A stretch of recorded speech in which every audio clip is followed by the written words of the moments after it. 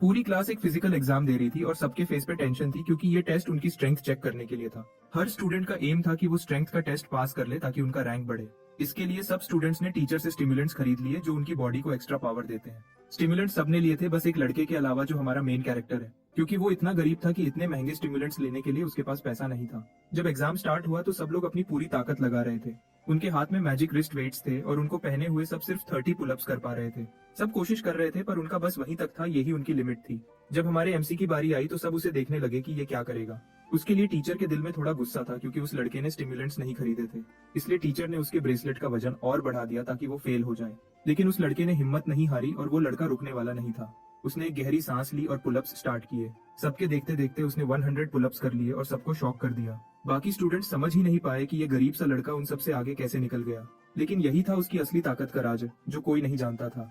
उस लड़के का नाम जोचन था, एक ई रैंकर जो बिल्कुल गरीब था और कर्जे में डूबा हुआ था। उसने सोचा अपनी बेकार जिंदगी सुधारने का सिर्फ ये एक ही है, आखिरी तरीका है, एक डीमन को बुलाना। उसका यकीन था कि अगर वो किसी शैतान को समन करेगा तो वो उसके साथ कोई डील करेगा जिसमें डीमन उसे ताकत और दौलत देगा और बदले में कुछ छोटी सी चीज मांग लेगा, जैसे उसकी एक दुआ या थोड़ा वक्त। लेकिन उसे ये नहीं पता था कि शैतान के साथ डील कभी सीधी नहीं होती। जो लोग डीमन से मांगते हैं उन्हें हमेशा उसके बदले में कुछ न कुछ बुरा देना पड़ता है, कभी अपनी रूह, कभी अपनी आजादी और कभी अपनी पूरी जिंदगी। लेकिन उसने यह बात तब समझी जब आसमान से बिजली गिर गई और उसकी जिंदगी वहीं खत्म हो गई। कुछ पल बाद उसने अपने आप को एक अजीब जगह पर पाया जहाँ उसका सर दर्द से फट रहा था। उसने सोचा उसका इम्पोर्टेंट प्रोजेक्ट अभी कंप्लीट नहीं हुआ और ये क्या हो गया है उसके साथ। जब उसने शीशे में अपना फेस देखा तो वो होश में नहीं रहा। उसका फेस बिल्कुल बदल चुका था, जिसे देखकर वो पूरा शॉक में आ गया था। उसने आसमान में एक बड़ा सफेद पेड़ देखा और सोचने लगा कि ये सब क्या हो रहा है। तब एक अजीब आत्मा ने उसको समन करने पर मुबारक दी और कहा कि वो उससे 3 विशेष मांग सकता है। ये सुनकर वो थोड़ा घबरा गया और समझ गया कि उसे एक दूसरी दुनिया में भेज दिया गया है। पहले तो उसने सोचा कि शायद ये सब कोई सपना है, लेकिन जब उसने अपने आसपास देखा, हवा में तैरती हुई किताबें, उजाले से चमकती जमीन और आसमान में अजीब रंगों का नूर, तो उसे समझ आ गया कि ये कोई आम जगह नहीं है। तब उसे 3 विशेष थोड़ी कम लगी तो उसने अपनी पहली विश में ही 10 विशेष मांग ली। ये सुनकर वो डिमोनिक बुक अजीब सी मुस्कुराई और तुरंत समझ गई कि ये उसका असली बुलाने वाला नहीं है। फिर डीमन अपनी असली शक्ल में आ गया जब उसे पता चला कि जोचन के जिस्म में एक नई रूह आ गई है। अब जोचन दोनों तरफ से कंफ्यूज और डर के मारे पसीना पसीना हो गया जब उसने वो मॉन्स्टर देखा। मॉन्स्टर ने बताया कि उसने असली रूह को खा लिया था और अब उसके जिस्म को पूरी तरह अपना बनाना था। तब उस लड़के को समझ आया कि उसे गलत दुनिया में भेज दिया गया है। ये सुनते ही जोचन ने तुरंत वहाँ से भागने की कोशिश की ताकि अपनी जान बचा सके। जैसे ही वो भागने लगता है, डीमन अपनी उंगलियां छुटकाता है और एकदम से उसके जिस्म को आग लगा देता है और उसे कहता है कि कॉन्ट्रैक्ट तोड़ने का ख्याल भी उसको नरक जैसी सजा देगा। उसकी चीखें सड़कों पे गूंजती हैं और डीमन सोचता है कि अब यह बकवास खत्म करने का वक्त है, क्योंकि यह लड़का सच में उतना ही बेचारा है जितना उसने सोचा था। तभी हमारा कॉर्पोरेट बैकग्राउंड वाला हीरो एक आइडिया सोचता है। वो कहता है कि ये कॉन्ट्रैक्ट तोड़ना नहीं कहलाता, तुम्हारी दी हुई सजा ही मुझे अपना हिस्सा पूरा करने से रोक रही है। यानी अगर डीमन खुद अपनी सजा से मुझे रोक रहा है तो गलती मेरी नहीं उसकी है। एक इंसान को अपने साथ डील करते देख डीमन हैरान हो जाता है। फिर जोचन मुस्कुराता है, बोलता है कि अगर ये पॉसिबल होता तो वो पहले ही उसके जिस्म पे कब्जा कर चुका होता। वो कॉन्फिडेंस से कहता है कि ये बस उसकी विल पावर का टेस्ट था और उसने खुद को काफी लायक साबित किया। उसकी ये बड़ी बड़ी बातें डीमन को हंसी छुड़ा देती हैं और वो कहता है कि ये पहला इंसान है जिसने शैतान के साथ डील करने का सोचा भी। तभी अचानक उसको कॉन्ट्रैक्ट साइन करने का मौका मिलता है और डीमन मान जाता है कि अगर वो एक भी विश पूरी कर ले तो उसको एक नई शुरुआत देगा। लेकिन ये बदमाश अपनी पहली विश में ही 1000 और विशेष मांग लेता है। अब डीमन हंसकर उसे बोलता है, वैसे भी अब तुम्हारे पास कोई रास्ता नहीं है तो वैसे भी मरने वाला है। कोई रास्ता न देखते हुए वो मजबूरन अपने नए बॉस को बोलता है कि डील पक्की है। वो अपनी रूह को दांव पे लगा के कॉन्ट्रैक्ट साइन कर देता है। अगली सुबह वो आखिरकार अपने अपार्टमेंट पहुंचता है और उसकी हालत ऐसी होती है जैसे वो सारी रात कुत्तों से लड़के आया हो। उसका नया बॉस डीमन कॉन्ट्रैक्ट खत्म होते ही उसको छोड़ के भाग जाता है, लेकिन वो फैसला करता है कि अब चुपचाप सह लेगा, क्योंकि अब तो वो वैसे भी गुलाम जैसा है। जब वो अपार्टमेंट में दाखिल होता है और देखता है कि पूरा घर टूटा फूटा है और घर खाली होता है, फिर अचानक उसको एक खून से लिखा हुआ कर्ज का नोट मिलता है और वो सोचता है कि उसके परिवार के साथ क्या बकवास चल रही है। तभी उसे पीछे से एक जोर की आवाज सुनाई देती है और उसका सर एक मेटल बैट से ठोक दिया जाता है। जो आदमी अंदर आया था वो उस पे चिल्लाता है कि उसने उसके कॉल्स क्यों इग्नोर किए, लेकिन उस आदमी का साथी उसको कहता है कि लड़के को मारो मत। उसका दोस्त चेतावनी देता है कि यह लड़का खतरनाक हो सकता है क्योंकि वो एक ऑरेकल यानी फ्यूचर का ज्ञान रखता है। कंफ्यूजन और गुस्से में जोचन उन आदमियों से पूछता है कि ये लोग हैं कौन। तभी एक गोल्डन हेयर्स वाला बांडा बड़े अदब से उसके सीने पे एक ब्रूटल किक मारता है और उससे पूछता है कि उसकी बेकार माँ कहाँ है। फिर वो उस पे भड़कता है कि उसकी बेवकूफ माँ अपने इस निकम्मे बेटे के कर्जे चुकाने के लिए खुद को जला रही है और वो उसको और उसकी माँ दोनों को कहता है कि तुम लोग सिर्फ ऑक्सीजन वेस्ट कर रहे हो। ये सुनते ही अचानक जो को अपने बचपन का वक्त याद आता है जब उसने अपनी माँ से कहा था कि वो अब लूजर नहीं रहना चाहता। उसने एक बुरा सपना देखा था जहाँ उसकी माँ इतना काम करती थी कि थक के मर जाती है और वो दिल में डर रहा था कि शायद एक दिन ये सच न हो जाए। फिर उसने माँ से पूछा कि अगर वो ऑरेकल न बन सका तो क्या होगा तभी। उसकी माँ ने बस छोटे चैन को कहा कि चिंता बंद करो। उसके माँ ने कहा कि चाहे पूरी दुनिया डूब जाए वो हमेशा उसके साथ रहेगी और उसको अपने आप पे भरोसा रखना चाहिए। अब वापस प्रेजेंट में वो पूरा जोश में आ जाता है और एकदम बिजली की तेजी से गोल्डन हेयर्स वाले के मुंह पे पंच मार देता है। जो ने एक जबरदस्त किक मारा, हवा हिल गई जैसे कोई धमाका हुआ हो और बदमाश एकदम उड़कर दूर जा गिरा। उसका पार्टनर चीख कर बोला, अरे रुक जा, उसे मार मत डाल, लेकिन देर हो चुकी थी। धूल उड़ती है और सब लोग देखते हैं कि उसका जिस्म हवा में से सीधा जमीन पर जा पटका। जब धूल छंटती है उसका चेहरा इतना बुरा लगता है कि प्लास्टिक सर्जरी भी उसे ठीक नहीं कर सकती। ये देखकर बाकी दो गूंस एक दूसरे को घूर कर देखते हैं। उन्हें यकीन नहीं होता कि एक ई रैंक लड़का इतना पावरफुल हो सकता है। उन्हें लगता है कि जो ने अभी के अभी कोई ब्रेक थ्रू कर लिया है, जैसे उसकी शक्ति बढ़ गई हो। जो उन्हें अपनी ठंडी और तेज नजर से देखता है और कहता है, अपने गंदे मुंह बंद करो। गूंस डिसाइड करते हैं कि इस छोटे को सबक सिखाना जरूरी है। एक गूंज जॉन से कहता है, चलो इसके पैर तोड़ते हैं ताकि समझ आए बड़े लोगों से पंगा लेना क्या होता है। जो समझ जाता है कि वो लोग उसकी पावर के बारे में बात कर रहे हैं और उसे एहसास होता है कि वो इनसे लेवल में नीचे है। जून अपनी लोहे की पाइप उठाकर ऊपर से पूरी ताकत से स्विंग करता है। जो उसे स्लो मोशन में देख लेता है जैसे वक्त रुक गया हो। वो एक हल्की सी जंप से साइड हो जाता है और अटैक मिस हो जाता है। फिर एक सेकंड में जो उसके पीछे आ जाता है और अपनी नी से उसके चेहरे पर एक हल्का सा टच देता है। वो जेंटल किक इतनी पावरफुल होती है कि पूरा आदमी हवा में उड़कर दूर जा गिरता है। उसका पार्टनर पीछे से हमला करता है, सोचता है कि एक ई रैंक लड़का इतना एजाइल कैसे हो सकता है। वो सोचता है कि जो उसे देख नहीं सकता, इसलिए रिब्स तोड़ने का प्लान बनाता है, लेकिन अगले ही सेकंड उसके अपने रिब्स टूट जाते हैं। जो ने एक राउंड हाउस किक मारा होता है जिससे वो हवा में घूमकर क्रैश हो जाता है। वो जमीन पर गिरकर सोचता है, ये क्या हो गया, मैं तो सिर्फ पैसे लेने आया था। वो डरे हुए टोन में कहता है, प्लीज मुझे माफ कर दो, मैं सिर्फ लिन्यू के कहने पर आया था। जो शांत लेकिन ठंडी आवाज में कहता है, अपने बॉस से कह देना कि उसका पैसा मिल जाएगा वक्त आने पर, अब मेरी जिंदगी से दूर रहना। वो दोनों गूंस उसके लफ्जों से कांपते हैं और जल्दी से भाग जाते हैं जैसे कोई भूत देख लिया हो। फिर जो धीरे से कहता है, बॉस तुम यहाँ हो क्या? गोल्ड फिंगर यानी डीमन हैरान होता है कि एक आम लड़का उसकी प्रेजेंस महसूस कर गया। जो खुश होकर कहता है, बॉस अगर मैं आपकी पावर यूज करूँ तो मुझे किसी से डर नहीं लगेगा। डीमन इरिटेट हो जाता है और कहता है, तुम जैसे इंसान को मेरी पावर के बारे में सोचना भी नहीं चाहिए, ये तुम्हें खत्म कर सकती है। जो हैरान होता है और पूछता है, फिर मैं अपनी विश कैसे पूरी करूंगा अगर मैं स्ट्रांग नहीं हूँ?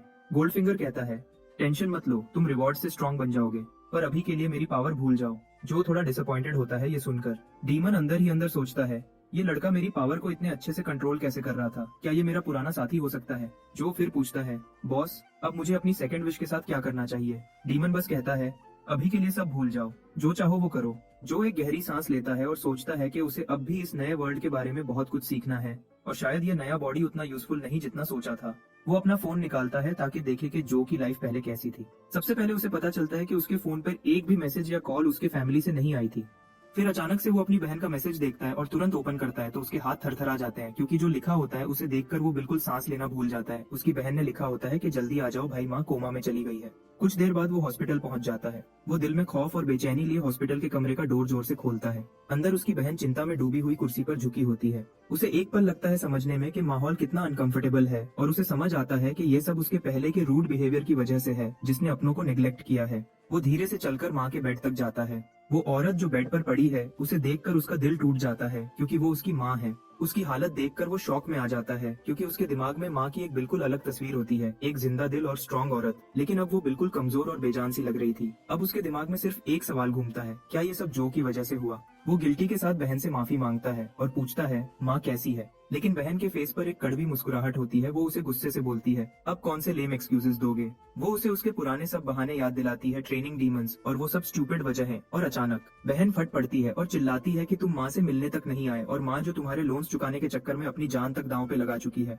वो चुप हो जाता है जब बहन बोलती है, माँ लगभग मर गई थी क्योंकि तुम्हारे कर्जों के पैसे चुकाने के बाद उनके पास हॉस्पिटल का बिल देने के पैसे तक नहीं बचे थे। बहन सब गुस्सा निकालकर शांत होती है और फिर उसके हाथ में एक कार्ड देती है, कहती है, इसमें 6 महीने के तुम्हारे खर्चे हैं, अब माँ का ख्याल वो खुद रखेंगे। वो पसीने से भीग जाता है। वो समझ नहीं पाता इसका मतलब क्या है, और बहन उसे ठंडे लहजे में बोलती है, जाओ तुम मेरे लिए मर चुके हो। हॉस्पिटल से बाहर गोल्डफिंगर उसके इमोशंस फील करता है और उसे पूछता है कि एक इंसान के अल्फाज तुम्हें इतना दर्द क्यों दे रहे हैं? डीमन उसे कहता है, ये सब तुम्हारी मिस्टेक नहीं, लेकिन उसे एक ऐसी लड़की या एक ऐसा लम्हा याद आता है जहां उसने भी वही गलती की थी, जैसे उसने किसी अपने को इग्नोर किया था, दुख दिया था या उनकी कदर नहीं की थी, बिल्कुल वैसे जैसे अब उसकी बहन उसे नाराज है। उसका बॉस हंस पड़ता है और कहता है, प्लान डिले मत करना। पर जो पूछता है, अगर मैं स्ट्रांग बन गया तो क्या ये सब प्रॉब्लम्स खत्म हो जाएंगी? डीमन मुस्कुराता है और उसे कहता है, हाँ सब कुछ ठीक हो जाएगा अगर तुमने साबित कर दिया कि तुम्हारे अंदर दम है। ये सुनकर जो के अंदर डिटर्मिनेशन भर जाता है। वो पूरी शिद्दत से अपनी ट्रेनिंग शुरू करने का फैसला करता है। दूसरी तरफ एक नाइट क्लब में कर्ज वसूल करने वाला बॉस अपनी सेक्रेटरी से कहता है टीम को काम पर लगाओ, कस्टमर्स वेट नहीं करते।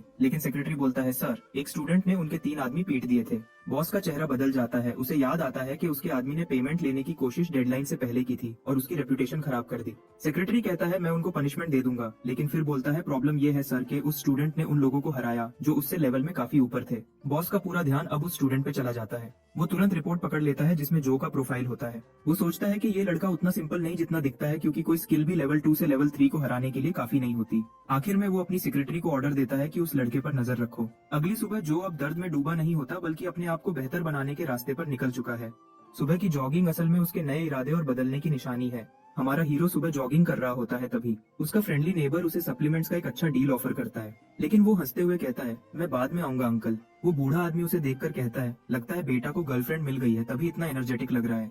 हॉस्पिटल से डिस्चार्ज होने के बाद जो ने पूरा टाइम अपने बॉडी को समझने और स्ट्रांग बनने में लगाया होता है, उसके साथ वो हर जगह से इन्फॉर्मेशन भी इकट्ठा करता है। उसे मालूम पड़ता है कि जिन लोगों के पास पावर्स होती हैं उन्हें ऑरेकल्स कहा जाता है, और वो इसलिए कर्जे में डूब गया क्योंकि स्ट्रांग बनने के सप्लीमेंट्स कर्ज लेकर खरीदता है जो इतने महंगे हैं जैसे किडनी बेचनी पड़ जाए।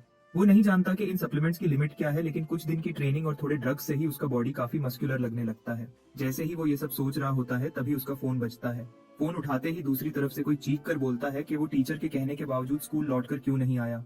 ये सुनते ही जो को याद आता है कि वो उन सबको पूरी तरह भूल गया था। अगले दिन स्कूल में उसे पता चलता है कि यहाँ टोटल 6 रैंक्स होती हैं, ए से लेकर ई तक, और हर रैंक के टॉप लेवल तक पहुंचने के बाद ही अगले रैंक में जा सकते हैं, जो एक बहुत मुश्किल प्रोसेस होता है। इसी रीजन से दुनिया 5 लेयर्स में बनती है, जहाँ ई रैंक वाले और नॉर्मल लोग सबसे बाहर के लेयर में रहते हैं और डी रैंक वाले थोड़ा अंदर के जोन में। अपने आप को लोवेस्ट टीयर समझकर जो डिसाइड करता है कि उसे जल्दी से स्ट्रांग बनना होगा ताकि वो मिडिल लेयर्स में पहुंच सके। तभी कोई पीछे से आकर उसके सर पे जोर से मार देता है और उसकी तरफ हंस कर देखता है। उसका दोस्त मजाक में कहता है कि ये लड़का तो इतना वीक लग रहा है कि हम दोनों इसे आसानी से पीट सकते हैं। ये सुनकर जो के अंदर अजीब से फीलिंग आती है कि आज भी ऐसे बांडर टाइप लोग दुनिया में हैं। तभी टीचर क्लास में आता है और सब चुप हो जाते हैं। बाद में बाहर वो स्ट्रेचिंग करता है और सोचता है कि अभी तक उसकी स्कूल लाइफ काफी ठीक चल रही है। तभी पीछे से कोई उसे बुलाता है। थोड़ी देर बाद बुगर गाय यानी क्लास का थोड़ा फनी सा लड़का ये देखकर शॉक में पड़ जाता है कि जो उनके क्लास के सबसे स्ट्रांग लड़के से लड़ रहा है। उसका दोस्त ज्यादा सरप्राइज नहीं होता क्योंकि वो पहले भी जो को लड़ते देखता रहा है। बुली गुस्से में बोलता है कि जो ज्यादा अक्कड़ दिखाने लगा है सिर्फ इसलिए क्योंकि उसके रिटन एग्जाम्स में अच्छे मार्क्स आए हैं। वो कहता है कि ऑरेकल की असली वैल्यू उसकी फिजिकल पावर से होती है और जो की लेवल 1 स्ट्रेंथ बिल्कुल बेकार है। ये सुनकर जो का दोस्त बोलता है कि तू भी तो लेवल 1 का कचरा ही है। बुली गुस्से में आकर जोर से जो को पंच मार देता है। जो आसानी से उसका हाथ पकड़ लेता है और उसका रिस्ट घुमाकर पूछता है क्या आप बोल चुके हो। बुली शॉक में पड़ जाता है कि ये लड़का उससे ज्यादा स्ट्रांग कैसे हो गया और सोचता है क्या जो पहले से लंबा भी हो गया है। फिर जो उसके अपने वर्ड्स उसे वापस देकर कहता है कि स्ट्रेंथ ही सब कुछ होती है और प्यार से पूछता है क्या मैं तेरा फेस तोड़ दूं। वो लड़का डर जाता है और पसीना पसीना हो जाता है, सोचता है कि अब तो मैं जरूर पिटने वाला हूँ। तभी कोच आता है और गुस्से में चिल्लाता है कि जो ने वापस क्लास में प्रॉब्लम शुरू कर दी है। कोच इरिटेट होकर कहता है क्या तुम झगड़ा करने वापस आए हो। जो इनोसेंट फेस बनाता है और कहता है कि हम तो सिर्फ मजाक कर रहे थे। बुली अपना हाथ छुड़ाकर उसे कहता है कि मुझे छोड़ दे। जब सब शांत हो जाते हैं तो कोच एक लास्ट वार्निंग देता है और सबको लाइन में लगने का ऑर्डर देता है। थोड़ी देर बाद सब स्टूडेंट्स पुल अप बार के पास जमा हो जाते हैं और कोच जीजिया उन्हें मोटिवेट करने लगता है कि अगर टूर्नामेंट में अच्छे रिजल्ट्स आए तो स्कूल का नाम रोशन होगा और एलीट एकेडमीज के दरवाजे खुलेंगे। स्पीच के एंड में वो अपने मिरेकल सप्लीमेंट्स का प्रमोशन शुरू कर देता है जैसे कोई छोटा मोटा स्कैम बेच रहा हो। चैलेंज स्टार्ट होता है और बुली एक ही ट्राई में 50 पुलअप्स मार देता है। अब चैलेंज ऑफिशियली शुरू होता है। ये देखकर क्लास रिप्रेजेंटेटिव के चेहरे पर बिल्कुल भी इंप्रेस होने जैसा एक्सप्रेशन नहीं थे। उसने थोड़ा सार्कास्टिक अंदाज में बोला, ये टेस्ट तो किसी टिकटॉक चैलेंज जैसा लग रहा है, सीरियस एग्जाम जैसा नहीं लग रहा। तभी पीछे से उसे एक आवाज आई। किसी ने उससे पूछा कि आर यू ओके, और वो आवाज जो की होती है। ये सुनते ही क्लास रिप्रेजेंटेटिव ने उसे बताया कि वो थोड़ी परेशान थी क्योंकि जो ने कई दिन से उसके मैसेजेस इग्नोर किए थे। जो ने तुरंत मुस्कुराते हुए बात कवर करने की कोशिश की और बोला, नहीं वो बस थोड़ी क्यूरियस थी मेरे बारे में। लेकिन फिर उसने जेंटली उससे रीअश्योर किया कि कुछ भी सीरियस नहीं हुआ, मतलब उसके साथ कोई प्रॉब्लम नहीं हुई। फिर टॉपिक बदलने के लिए उसने पूछा कि वो टीचर के सप्लीमेंट्स खरीदने से मना क्यों करता है, तो जो ने सीधा जवाब दिया क्योंकि मैं बिल्कुल ब्रोक हूँ, मतलब उसके पास पैसे नहीं है। वो लड़की उससे वार्न करने लगी कि अगर उसने परचेज स्किप किया तो उसके बुरे कॉन्सिक्वेंसेज हो सकते हैं, लेकिन वो उससे वार्न कर ही रही होती है। इतने में उसका नाम अनाउंस हो जाता है और जाने से पहले जो उसे गुड लक विश करता है। वो पुलअप बार के पास जाती है और 25 पुलअप्स के बाद फेल हो जाती है। तभी कोच उसका नाम देखता है और उसे याद आता है कि उसने 2 बॉटल्स खरीदी थी। तभी वो उसका स्कोर मैजिक से 35 लिख देता है। तब जो के दिमाग में एक लाइट बल्ब जला। यही वजह थी कि सब स्टूडेंट्स ने वो ओवर प्राइस बॉटल ली थी, वरना उन्हें फेल या एक्सपेल कर दिया जाता। अब फाइनली जो की टर्न आई। कोच ने उस पर नजर टिकाई। उसे अच्छी तरह पता था कि जो ने एक भी बॉटल नहीं खरीदी। उसके चेहरे पर एक ट्विस्टेड स्माइल आई। उसने सोचा आज इस लड़के को सबक सिखाना चाहिए। तभी जो ने बार और रिस्ट गार्ड्स को ध्यान से देखा। पहली नजर में उसे सब नॉर्मल लग रहे थे, लेकिन उसे महसूस हुआ कि जरूर कोई ट्रिक छुपी गई है। जैसे ही उसने बार को पकड़ा, उसकी आंखें शॉक से खुल गईं। उसने महसूस किया कि उसकी बॉडी अचानक हैवी हो गई है। तब समझ गया कि गार्ड्स के अंदर वाले क्रिस्टल्स वेट बढ़ा रहे हैं। फिर भी उसने गिव अप नहीं किया। उसने समझा कि उन क्रिस्टल्स की एक लिमिट होगी और वो लिमिट तोड़ते हुए पुशअप्स करते गया जैसे ये उसके लिए कुछ भी नहीं हो। बाकी स्टूडेंट्स उसकी तरफ हैरानी से देखे जा रहे थे कि जो लड़का सबसे वीक समझा जाता था वो उन सबसे आगे निकल गया। जब जो ने 100 रेप्स क्रॉस कर लिए, सब चिल्लाने लगे कि वो तो कम से कम सेकंड ईयर का स्टूडेंट होगा। जैसे ही जो ने बार छोड़ी, स्टूडेंट्स उसके आसपास भीड़ लगा के लगातार एक ही सवाल पूछने लगे, वो इतना कैसे कर पाया। कोच भी वहीं खड़ा रह गया, शॉक में जम गया। उसके दिमाग में यह डाउट घूम गया कि कहीं जो ने सीक्रेटली एनहांसर्स तो यूज नहीं किए। फिर उसके अंदर एक डर पैदा हुआ कि अगर स्टूडेंट्स को पता चल गया कि बिना उसके सप्लीमेंट्स के भी सक्सेस मिल सकती है तो उसका धंधा खत्म हो जाएगा। तभी उसके चेहरे पर एक शैतानी स्माइल आती है और वो अपने दिमाग में जो के लिए एक गंदा प्लान सोच लेता है।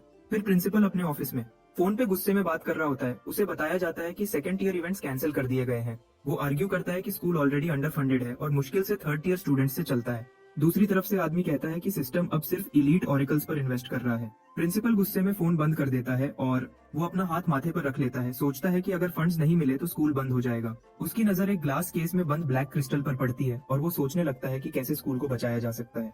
उसके थॉट्स तब रुक जाते हैं जब बाहर से कोच जीजी की आवाज आती है। कोच अंदर आता है और एक पेपर डेस्क पर रख देता है, ये कहकर कि ये वो स्टूडेंट्स हैं जो इलीट ऑरिकल्स बनेंगे। प्रिंसिपल पेपर देखता है और शॉक्ड होता है। सब स्टूडेंट्स हार्डली फर्स्ट ईयर के हैं, लेकिन कोच उन्हें बहुत टैलेंटेड कह रहा है। फिर कोच बोलता है कि एक स्टूडेंट ऐसा भी है जो बिल्कुल अनफिट है ऑरिकल बनने के लिए। प्रिंसिपल तुरंत इंटरेस्ट दिखाता है और पूछता है कौन। दूसरी तरफ जो प्रिंसिपल के ऑफिस की तरफ जा रहा होता है और उसके साथ डीमन चल रहा होता है। तभी जादुई किताब उससे पूछती है कि उसने इस बार क्या छुपाया है, लेकिन जो चुप रहता है बिल्कुल सीरियस एक्सप्रेशन के देखते हुए। जो अब प्रिंसिपल ऑफिस के डोर के बाहर खड़ा होता है और सोचता है कि हेडमास्टर कितना स्ट्रिक्ट है और उम्मीद करता है कि कुछ बुरा ना हो। जैसे ही वो डोर का हैंडल पकड़ता है तो अचानक उसके सामने आग के शोले फूट जाते हैं। डीमन अपनी ताकत दिखाता है और लड़का शॉक में रह जाता है और ये उसके लिए बिल्कुल अनएक्सपेक्टेड होता है।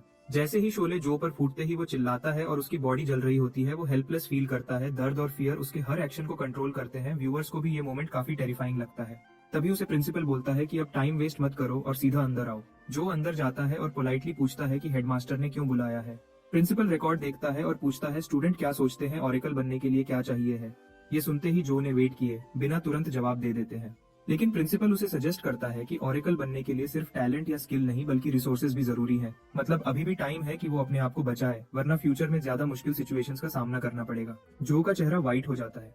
प्रिंसिपल उसे समझाता है कि ऑरिकल डेवलप करना बहुत महंगा है और इंसिस्ट करता है कि जो एक गरीब लड़का है जो सरवाइव नहीं कर सकेगा। फिर प्रिंसिपल डिसाइड करता है जो स्टूडेंट्स फाइनेंशियली या स्किल वाइज स्ट्रांग नहीं है उनको ऑरिकल प्रोग्राम से निकाल देना चाहिए ताकि रिसोर्सेज वेस्ट न हो। ये सुनकर जो को सिचुएशन समझने के लिए कुछ सेकंड्स लगते हैं, जबकि दूसरी तरफ डीमन अपने थॉट्स और प्लान्स के बारे में सोच रहा है होता है। जो को अब रियलाइज होता है कि क्रिस्टल ही वो ऑब्जेक्ट है जो शायद ऑरिकल बनने या किसी पावर को अनलॉक करने के लिए जरूरी है। फिर साथ ही डीमन उसे कहता है क्रिस्टल को ग्रैब करो। जो फिर जादुई किताब से क्वाइटली कहता है वो खुद क्रिस्टल ले ले, लेकिन डीमन उसे रिमाइंड करवाता है कि सिस्टम या रूल्स के हिसाब से किसी और का एक्शन भी जरूरी है। जो रुकता है और सोचता है कि मिड सिटी जोन में एंटर करना जरूरी है क्योंकि वहां वो एक्सपेल नहीं हो सकेगा। तब उसे याद आता है कि अभी तक कोई भी स्टूडेंट E2 लेवल से आगे नहीं गया। जो डीमन से पूछता है कि क्या वो रिवॉर्ड डिसाइड कर सकता है क्योंकि जो अपनी प्लानिंग और कंट्रोल मेंटेन करना चाहता है। तभी डीमन को समझ आ जाता है जो क्या प्लान कर रहा है। जो उसे डिक्लेयर करता है कि उसे बैरो पावर स्किल चाहिए, मतलब ये स्किल बहुत रेयर और पावरफुल होती है। तभी गोल्डफिंगर शाउट करता है कि उसकी ये चॉइस डेंजरस है, लेकिन जो स्टिल रिस्क लेने के लिए रेडी है ताकि वो एक्सपेल ना हो जाए। अब जो धीरे से लेकिन पूरी हिम्मत के साथ बोलता है कि अगर वो स्कूल से एक्सपेल हो गया तो डीमन की विश कभी पूरी नहीं होगी, इसलिए वो डिमांड करता है कि कर्स्ड बुक उस पर भरोसा करे। डीमन थोड़ा घबरा जाता है, पर जो की आंखों में जो कॉन्फिडेंस है उससे लगता है कि वो मजाक नहीं कर रहा होता। गोल्डफिंगर बहुत मुश्किल से एग्री करता है और कहता है जो भी होगा अब से उसकी रिस्पॉन्सिबिलिटी नहीं है। तभी अचानक ग्लोइंग पैनल जो से ये कंफर्म करती है कि क्या वो बोरो पावर स्किल लेना चाहता है। तब जो बिना हेजिटेशन के हाँ कर देता है, मतलब वो पूरी तरह रेडी होता है रिस्क लेने के लिए। जब जो अपनी नई पावर एक्सेप्ट करता है तभी प्रिंसिपल उसकी सोच तोड़ देता है। वो गुस्से में उससे पूछता है कि क्या उसने कोई फाइनल बात कहनी है। तब जो फर्मली कहता है प्रिंसिपल पहले लेवल चेक करे फिर डिसाइड करे। प्रिंसिपल थोड़ा थका हुआ सा हेडशेक करता है जैसे कह रहा हो ये लड़का समझता ही नहीं, लेकिन फिर भी वो अपना हाथ आगे बढ़ाता है ताकि जो का लेवल चेक कर सके। कॉन्टैक्ट पर प्रिंसिपल नोटिस करता है जो की स्ट्रेंथ रिकॉर्ड से ज्यादा है, लेकिन स्कूल में स्टे करने के लिए इनफ नहीं है। जो आईज क्लोज करता है और रियलाइज करता है ये लास्ट चांस है और डेस्परेटली स्टार एनर्जी एब्जॉर्ब करने की कोशिश करता है। उस मोमेंट जो अपनी सारी एनर्जी कॉन्सेंट्रेट करता है और उसके बॉडी से एक प्योर ऑरा निकलने लगता है, जैसे एक स्ट्रॉन्ग लाइट या पावर वेव उसके अंदर से बाहर आ रही हो। उसका चेहरा सीरियस होता है और लगता है कि वो अपनी लिमिट तोड़ रहा है। प्रिंसिपल शॉक हो जाता है। इवन डीमन भी सरप्राइज्ड होता, वो सोचता है ये कैसे हो गया, उसकी पावर तो मेरी दी हुई एनर्जी से भी ज्यादा है। प्रिंसिपल एकदम पीछे हट जाता है, शॉक में उसके चेहरे पे कंफ्यूजन और डिसबिलीफ होता है। वो समझ नहीं पाता कि अभी अभी क्या हुआ। जो की पावर देखकर उसका दिमाग हिल जाता है, जैसे उसने कुछ असंभव देख लिया हो। प्रिंसिपल के दिमाग में एकदम से क्लिक होता है और वो समझ जाता है कि जो ने अभी अभी ब्रेक थ्रू कर लिया है, मतलब उसने अपना लेवल तोड़कर 4th लेवल तक रीच कर लिया है, जो चीज उसके स्कूल में कभी किसी स्टूडेंट ने नहीं की थी। ये देखकर प्रिंसिपल थोड़ा पैनिक होता है, पर फिर खुद को संभालता है। फिर प्रिंसिपल अपनी सीरियस टोन बदल देता है और जो को बुलाता है कि उससे स्कूल के अपकमिंग टूर्नामेंट में पार्टिसिपेट करना होगा। ये सुनकर जो सरप्राइज हो जाता है, उसे समझ नहीं आता कि हेडमास्टर के टोन सडनली इतनी फ्रेंडली कैसे हो गए। जब सिचुएशन थोड़ी क्लियर होती है तो जो को समझ आता है कि प्रिंसिपल शायद उसे यूज करना चाहता है ताकि स्कूल का नाम एजुकेशन डिपार्टमेंट के सामने अच्छा दिख सके। उसी लम्हे प्रिंसिपल खुद मान लेता है कि स्कूल के हालात खराब हैं और उसने यूजलेस स्टूडेंट्स को निकालने का प्लान बनाया था। फिर वो जो से माफी मांगता है कि उसने उसे भी उस मैस में फंसा दिया था। उसके बाद प्रिंसिपल उसे फुल स्कॉलरशिप देने का वादा करता है और हर वीक उसे 6 बॉटल सप्लीमेंट्स देने का भी कहता है। फिर प्रिंसिपल सबको क्लियर कह देता है कि अब जो को स्कूल को रिप्रेजेंट करना ही होगा, क्योंकि एकेडमी का फ्यूचर अब उस पर डिपेंड करता है। ये बात सुनकर जो को प्रिंसिपल की डेस्परेशन समझ आती है और वो अपना चांस लेते हुए पूछता है कि क्या वो शेल्फ पर रखा ब्लैक क्रिस्टल ले सकता है। प्रिंसिपल उसे एक्सप्लेन करता है कि वो ब्लैक स्टार क्रिस्टल से बना हुआ है, जो ओल्ड प्रिंसिपल लेकर आए थे और ये स्कूल के फेथ और ऑनर का सिंबल है। फिर उसने थोड़ी देर सोचकर कहा कि अगर स्कूल ही बंद हो गया तो सिंबल का क्या फायदा, और क्रिस्टल देने के लिए मान गया। जो ने कॉन्फिडेंट टोन में कहा कि वो पूरी जान लगा देगा और टूर्नामेंट जीतकर दिखाएगा। प्रिंसिपल ने तब टॉपिक बदलते हुए उससे पूछा कि वो इतना स्ट्रॉन्ग कैसे हो गया है। जो ने बिल्कुल कैजुअल अंदाज में बोला कि वो तो बस अपनी स्ट्रेंथ छुपा रहा था, मतलब अब तक उसने अपनी असली पावर दिखाई ही नहीं थी। ये सुनकर प्रिंसिपल थोड़ा शॉक हो जाता है, जैसे उसका गला रुक गया हो। वो सोचता है कि अपनी पावर लेवल छुपाना तो एक अल्टीमेट प्रो गेमर मूव है। फिर वो जल्दी से उससे वादा करता है कि ये बात किसी को नहीं बताएगा, ये बात दोनों के बीच एक सीक्रेट ही रहेगा। तभी एक फीमेल टीचर रूम में आती है और प्रिंसिपल उससे कहता है कि वो जो को एलीट क्लास तक ले जाए। थोड़ी देर बाद वो टीचर बताने लगी कि पूरा 2nd फ्लोर सिर्फ एलीट स्टूडेंट्स के लिए है। फिर उसने कैजुअली पूछा कि जो का प्रिंसिपल से क्या रिश्ता है, पर जो उसे कोई जवाब नहीं देता। तभी कोच जीजी फुल स्पीड में आया और बोला कि उसने प्रिंसिपल से रिक्वेस्ट की थी डिसीजन बदलने की, पर कोई फायदा नहीं हुआ, क्योंकि उसे लगता है प्रिंसिपल जो को निकाल चुका है और वो उसे बचाने आया है। फीमेल टीचर ने उसकी बात काट दी और कहा कि जो एक्सपेल नहीं हो रहा बल्कि एलीट क्लास में शिफ्ट हो रहा है। उसने ये भी बताया कि प्रिंसिपल अब उससे मिलना चाहता है, और ये सुनकर कोच का चेहरा बिल्कुल सफेद पड़ जाता है। रात को जो अपने छोटे से अपार्टमेंट में वापस आता है और बेड पर गिरते हुए बोलता है कि एक गरीब लड़का इतने कम टाइम में लेवल 4 कैसे रीच करे। डीमन ने उसे तुरंत याद दिलाया कि उसे अपना मिशन भूलना नहीं है। गोल्डफिंगर जो को वार्न करता है कि उसकी पावर हमेशा इंसानों को बेवकूफ नहीं बना सकती। जो ये बात समझ गया था, फिर भी वो सोचता है कि अब तो उसे फ्री सप्लीमेंट्स मिल रहे हैं और एक्सपेल होने से भी बच गया है, तो जिंदगी अभी कुछ बुरी नहीं लग रही, मतलब अभी तक सब ठीक चल रहा है। जब उसने फोन देखा तो तब उसे समझ आई कि असली प्रॉब्लम तो अभी भी है, वो है कर्ज का पहाड़। उसने सोचा जल्दी से पैसा कमाने का प्लान बनाना होगा। अगले दिन स्कूल में जो पहले से ज्यादा उदास दिख रहा था। वो चारों तरफ देखता है तो जगह पुरानी और धूल से भरी हुई लगती है और कहता है ये कैसी खराब जगह है। फिर अचानक कोई उसका नाम लेता है। डोर से एक आदमी हाथ हिलाता हुआ उसे बुलाता है। वो आदमी उसे मुस्कुराते हुए कहता है इधर आओ। वहाँ दोनों के बीच बात शुरू होती है। वो आदमी जो से माफी मांगता है, बोलता है कि उसे पहले ही मिल लेना चाहिए था, पर वो हमेशा अपनी क्लास ड्यूटीज में इतना बिजी रहता है कि टाइम नहीं मिल पाया। मतलब वो जो से पहली बार मिलकर थोड़ा फ्रेंडली अंदाज में बात करता है। उसने अपना नाम टीचर जंग बताया और जो ने तुरंत उससे पूछा क्या सच में यहाँ सिर्फ एक ही टीचर है। जांग ने हल्का सा सर खुजाकर कहा कि स्कूल की हालत अच्छी नहीं चल रही और एडवांस्ड क्लास में सिर्फ वही टीचर असाइन है। उसने कहा कि वो लोग अंदर के एरिया में ट्रेनिंग करते हैं, इसलिए बाहर के हॉल्स में धूल जम गई है। जब उन्होंने डोर खोला तब टीचर ने उसे कहा टेंशन मत लो, फैसिलिटीज अभी भी बेस्ट हैं, और उसे वादा किया कि वो उसे कभी बोर नहीं होने देगा। जो अंदर आते ही बस खामोशी से देखते रहता है। उसकी आंखों में हैरानी होती है। अंदर का सीन बाहर से बिल्कुल अलग लगता है, जैसे किसी वर्ल्ड क्लास जिम का इंटीरियर हो। उसका टीचर जांग उसे समझाता है कि यहाँ सब स्टूडेंट्स अपनी सेल्फ ट्रेनिंग कर रहे हैं और वो उन सबसे उसका इंट्रोडक्शन करवा देता है। लेकिन जो को ऐसे लगता है जैसे वो किसी 5 स्टार फिटनेस क्लब में आ गया हो। यहाँ सब स्टूडेंट्स एनर्जी से भरे हुए होते हैं, लेकिन कुछ स्टूडेंट्स उसकी तरफ अजीब से नजर से देखते हैं, जैसे कुछ सोच रहे हों। टीचर सबको बुलाता है और कहता है कि नए स्टूडेंट से मिल लो। तब जो पोलाइटली सबको नमस्ते करता है और रिस्पेक्ट से उनसे पेश आता है ताकि उनपे उसका अच्छा इंप्रेशन पड़ सके। तभी पीछे से एक रेड हेयर वाला लड़का बदतमीजी करता है। वो अपने हाथ को फोल्ड करके मुस्कुराता है और जो का मजाक उड़ाकर कहता है कि एक्टिंग बंद करो और मान लो तुम यहाँ अपनी पावर से नहीं बल्कि किसी रेफरेंस से आए हो। ये सुनते ही टीचर तुरंत गुस्सा हो जाता है और उस लड़के को डांटता है। कहता है जो सिर्फ अपनी स्किल के दम पर ट्रांसफर हुआ है। लेकिन वो लड़का जिसका नेम विनहाउ है वो बात नहीं मानता और उसकी आंखें तेज हो जाती हैं, जैसे किसी शिकार को देख रहा हो, और वो जो को फाइट के लिए चैलेंज कर देता है। ये सुन के बाकी स्टूडेंट्स एक्साइटेड हो जाते हैं क्योंकि काफी टाइम बाद कोई युद्ध होने वाला है और सब गॉसिप करने लगते हैं। एक ब्राउन हेयर वाला लड़का पीछे से पूछता है क्या हो रहा है, तो एक पिंक हेयर वाली लड़की बताती है कि फाइट होने वाली है। ये सुनकर लड़का और इंटरेस्टेड हो जाता है और पूछता है ये नया ट्रांसफर होने वाला स्टूडेंट कौन है। टीचर जो को कहता है कि चैलेंज एक्सेप्ट मत कर ले, लेकिन जो बिना सोचे तुरंत एक्सेप्ट कर लेता है। जो बिल्कुल शांत अंदाज में कहता है कि उसे फाइट से कोई प्रॉब्लम नहीं है, बस एक शर्त है, लीथल फोर्स मतलब मार देने वाली या जानलेवा पावर यूज नहीं होगी, यानी दोनों सिर्फ प्रैक्टिस फाइट करेंगे बिना किसी को सीरियस चोट पहुंचाए। उस वक्त स्कूल ऑफिस में प्रिंसिपल गुस्से से फट पड़ता है। वो चीख कर पूछता है, क्या नया लड़का आते ही लड़ाई झगड़े शुरू कर गया है? मतलब उसे यकीन नहीं हो रहा कि जो ने सच में क्लास ज्वाइन करते ही फाइट एक्सेप्ट कर ली। टीचर प्रिंसिपल को फोन पे समझाता है कि जो ने विनहाउ का चैलेंज एक्सेप्ट कर लिया है। फाइट के सीन में दोनों एक दूसरे के सामने खड़े हैं, दोनों के बॉडी से एक स्ट्रॉन्ग ऑरा निकल रही है। प्रिंसिपल ये सब सुनकर थोड़ा कंफ्यूज होता है, पर फिर सोचता है शायद वो लड़का अपना लेवल चेक करना चाहता है, इसलिए वो उसे युद्ध की परमिशन दे देता है।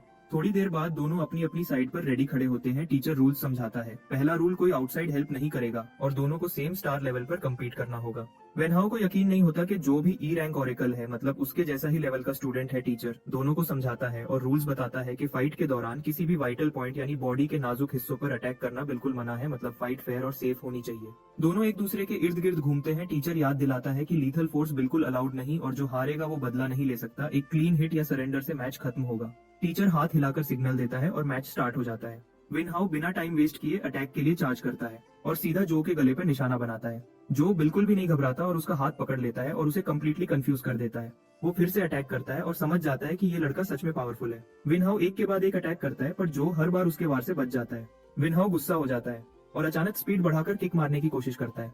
उसका पैर हवा में मुड़ता है और वो अपना स्पेशल अटैक जो सबसे पावरफुल होता है, जिसे विंड हुक किक कहते हैं, वो जो पर यूज करता है। जो तुरंत अपने हाथ से उसके अटैक को ब्लॉक कर लेता है, मतलब उसने वेनहाउ का किक रोक लिया। रेड हेयर लड़का यानी वेनहाउ मुस्कुराता है। उसे लगता है कि अब मैच खत्म हो गया है, मतलब वो समझता है कि अब जो हार चुका है और वो जीत गया है। लेकिन इसी पोजीशन में जो अचानक एक तेज किक उसके गले की तरफ मार देता है। वो लड़का तुरंत संभलने की कोशिश करता है और हैरान होकर सोचता है, ये बंदा मार्शल आर्ट्स कैसे जानता है। गिरने से पहले वो अपने आप को संभालता है और सोचता है अब सिर्फ एक ही चीज मैटर करती है और वो है अपना फेस बचाना। लेकिन जैसे ही वो मुड़ता है, जो शांति से उसकी नाक पर बंद मुट्ठी से एक हल्का टैप करता है और हल्की सी मुस्कान के साथ जो पूछता है, क्या इसका मतलब ये जीत गया? वेनहाउ वहीं हैरानी में जम जाता है। मैदान में खड़े सब लोग कुछ पल के लिए बिल्कुल शांत हो जाते हैं, जब तक टीचर जोंग ऑफिशियली अनाउंस नहीं करता कि विनर कौन है। वेनहाउ यकीन नहीं कर पाता कि वो वाकई हार गया है। सब लोग मैच के रिजल्ट से शॉक हो जाते हैं। उन्हें लगता है हमारा लड़का बहुत ज्यादा स्ट्रांग है। वहीं जो सोचता है मैच बहुत जल्दी खत्म हो गया, लेकिन फिर भी उसने कुछ सीख लिया और फिर वेनहाउ से पूछता है उसे अब कोई कंप्लेन तो नहीं। मैच देखकर कोच को अपनी आंखों पर यकीन नहीं होता, क्योंकि वेनहाउ एक एलीट स्टूडेंट है जिसे प्रोफेशनल ट्रेनिंग मिली है और फिर भी वो हार गया एक ऐसे लड़के से जो अभी एलीट क्लास में प्रमोट हुआ है। कोच सोचता है कि इस लड़के में कुछ खास हिडन टैलेंट है, इसी वजह से प्रिंसिपल ने कहा था उसे स्पेशल ट्रीटमेंट दो। अचानक प्रिंसिपल खुद आता है और हमारे लड़के को मुबारकबाद देता है और कहता है, मेरे साथ चलो, मुझे तुमसे एक जरूरी बात करनी है। पिंक बालों वाली लड़की ये देखकर बिल्कुल हैरान रह जाती है और पीले बालों वाला लड़का कहता है, हमें अपनी टीम में ऐसे बंदे की जरूरत है जैसे जो है। प्रिंसिपल उससे पूछता है, क्या तुम्हें एलीट क्लास पसंद है? तो वो कहता है, स्टूडेंट्स ज्यादा ओवर एक्साइटेड हैं, इसके अलावा कुछ खास नहीं। प्रिंसिपल कहता है, तुम आदत डाल लोगे, क्योंकि स्ट्रांग लोग हमेशा सबका ध्यान अट्रैक्ट करते हैं। फिर प्रिंसिपल उससे कहता है, अपना ध्यान ट्रेनिंग पर रखो, स्कूल तुम्हारी पूरी हेल्प करेगा। ये सुनकर जो सोचता है प्रिंसिपल अब उस पर भरोसा करने लगा है। तब जो पूछता है, क्या आप जानते हैं कोई ऐसा तरीका जिससे स्टूडेंट्स जल्दी पैसा कमा सके? प्रिंसिपल कहता है, अभी ट्रेनिंग पे फोकस रखो ताकि आगे चल के ज्यादा पैसा कमा सको, और अगर तुम्हारे घर पे फाइनेंशियल प्रॉब्लम हो तो स्कूल मदद करेगा। जो कहता है ऐसा कुछ नहीं है और सोचता है अब उसे कोई और रास्ता ढूंढना पड़ेगा अगले लम्हे। जब वो जिम में ट्रेनिंग कर रहा होता है तो याद करता है कि स्कूल में स्टूडेंट लोन्स के खिलाफ सख्त रूल्स हैं, इसलिए उसे संभल कर चलना होगा। वो सोचता है पैसा कमाने का कोई दूसरा तरीका सीखना पड़ेगा। तभी पीले बालों वाला लड़का सामने आता है और मैच के लिए उसकी तारीफ करता है। जो उससे पूछता है, तुम कौन हो? तो वो जो से पूछता है, तुम कौन हो? तब लड़की कहती है, शेन, बदतमीजी मत करो फिर। और वो जो से माफी मांगती है कि कभी कभी वो थोड़ा इरिटेट करता है। फिर अपना नाम बताती है कि मैं सू हूँ और ये परेशानी वाला बंदा शेन है। वो कहती है, हम दोनों तुम्हारे सीनियर हैं और अगर तुम्हें कुछ समझ न आए तो हम तुम्हारी मदद करेंगे। शेन कहता है, अब से हम एक टीम है और मैं टीम लीडर हूँ, इसलिए मैं खुद तुम्हारा ख्याल रखूंगा। फिर वो पूछता है कि तुमने वेनहाउ के अगेंस्ट जो कॉम्बैट टेक्निक यूज की वो क्या थी? लेकिन जो कहता है उसे ऐसे टेक्निक्स के बारे में कुछ पता नहीं। लीडर हैरान हो जाता है जब जो कहता है कि वो मूव सिर्फ रिफ्लेक्स था। वो कहता है, वेनहाउ को जब ये पता चलेगा तो वो पागल हो जाएगा, और सू कहती है, मैं उसे समझा दूंगी। सू समझाती है कि combat techniques special super moves होती हैं जो स्क्रोल्स या मेमोरी स्टोन्स से सीखी जाती हैं, और जितना ज्यादा मास्टरी होती है उतनी ही स्ट्रांग बनती है। इसकी बहुत सारी टाइप्स होती हैं और स्ट्रांग फाइटर्स इन्हें मिलाकर अपना फाइटिंग स्टाइल बनाते हैं। शेन कहता है, वेनहाउ ने मैच में D rank combat technique use की थी जिसका नाम था हुक विंड किक। ये सुनकर जो सोचता है इसलिए वो उस किक को प्रॉपर्ली ब्लॉक नहीं कर पाया था, और अगर ऐसे टेक्निक्स उसके पास होती तो चांसेस और ज्यादा होते। वो पूछता है, क्या ये रेयर होती है? लीडर समझाता है, इनकी रेयरिटी रैंक पर डिपेंड करती है। स्कूल बेसिक टेक्निक्स सिखाता है, लेकिन पावरफुल टेक्निक्स सिर्फ दो तरह से मिलती है, या तो कोई खरीदता है या कोई शेयर करता है, लेकिन ये बहुत महंगी होती है। आज के टाइम में एक सिंपल डी रैंक टेक्निक भी 500,000 के आसपास होती है। फिर दोनों शो ऑफ करते हुए कहते हैं कि उनके पास अपनी कॉम्बैट टेक्निक्स हैं, अगर चाहें तो दिखाएंगे। जो सोचता है ये दोनों तो बहुत अमीर लगते हैं, जिनके लिए इतनी बड़ी अमाउंट कुछ भी नहीं। तब अचानक उसके दिमाग में ख्याल आता है कि ये दोनों से पूछा जाए कि क्विक पैसा कमाने के रास्ते क्या हैं। तो वो उनसे पूछता है क्या कोई फास्ट वे है पैसा कमाने का, लेकिन साथ ही वो कहता है वो कोई इलीगल काम नहीं करेगा, जैसे कि बैंक लूटना। जो की बात सुन के शेन गंजो को एक मशवरा देता है। वो उसे कहता है अगर तुझे पैसा जल्दी चाहिए तो तेरे पास सिर्फ एक ऑप्शन है, ब्लैक वाटर डिस्ट्रिक्ट। मतलब गन उसे एक ऐसी जगह के बारे में बताता है जहां लोग तेजी से पैसा कमा लेते हैं, लेकिन वो जगह सेफ नहीं होती। वहां इलीगल काम, ब्लैक मार्केट डील्स और डेंजरस लोग रहते हैं। लेकिन सू तुरंत मना करती है और उसे कहती है ऐसी बकवास मत करो। गन कहता है उसने सुना है वहाँ कुछ भी हो सकता है, लेकिन स्कूल ने स्टूडेंट्स को उस एरिया में जाने से मना किया हुआ है। उसके बाद लीडर पूछता है हमारे लड़के से कि उसे टेक्निक के लिए कितने पैसे चाहिए, तो वो कहता है लगभग 300,000। तब वो दोनों तुरंत अपने अकाउंट्स चेक करते हैं, लेकिन पता चलता है कि वो दोनों बिल्कुल कंगाल हैं। इसी दौरान हमारा लड़का सोचता है कि चाहे जो हो जाए वो स्कूल के बाद ब्लैक वाटर डिस्ट्रिक्ट जाके देखेगा, क्योंकि उसे अभी पैसा जरूरत से ज्यादा चाहिए। फिर वो मैप्स का यूज करके उस डिस्ट्रिक्ट तक पहुंचता है और सोचता है कि ये तो उसके घर के काफी करीब है। अब उसके कपड़ों से कोई नहीं समझ सकता कि वो स्टूडेंट है, क्योंकि उसने स्कूल यूनिफॉर्म नहीं पहनी होती। वो एक बॉस टाइप आदमी से पूछता है कि वो इस डिस्ट्रिक्ट के बारे में क्या सोचता है, लेकिन उसे कोई जवाब नहीं मिलता। उसके हिसाब से आउटर जोन में स्ट्रॉन्ग फाइटर्स नहीं होते और उसका पावर लेवल 4 ऑरेकल के बराबर है, इसलिए उसे लगता है कि वो यहाँ के लोगों को आसानी से हैंडल कर लेगा।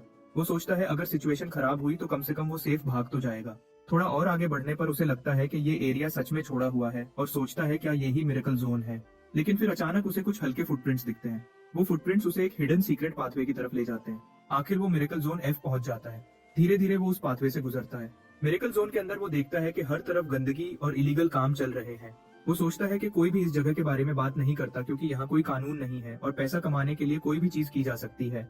ये सब देखकर उसके दिल में एक उम्मीद की छोटी सी रोशनी जगती है कि शायद वो यहाँ से अपना कर्जा चुका सके। अचानक वो उन गूंज से कहता है जो उसे पीछे से फॉलो कर रहे थे कि कब तक उसका पीछा करते रहोगे। उनमें से एक गूंज कहता है कि उसके सिक्स्थ सेंस बहुत शार्प है। वो तो प्लान बना रहा था कि जब ये बिल्कुल केयरलेस हो जाए तब अटैक करेगा, लेकिन अब सब बदल गया है और वो सबके सामने पीटेगा। वो कहता है उसने ऐसे लड़के पहले भी देखे हैं, अमीर घर के बच्चे जो रूप बदलकर ब्लैक वाटर डिस्ट्रिक्ट आते हैं और फिर उनके शिकार बन जाते हैं।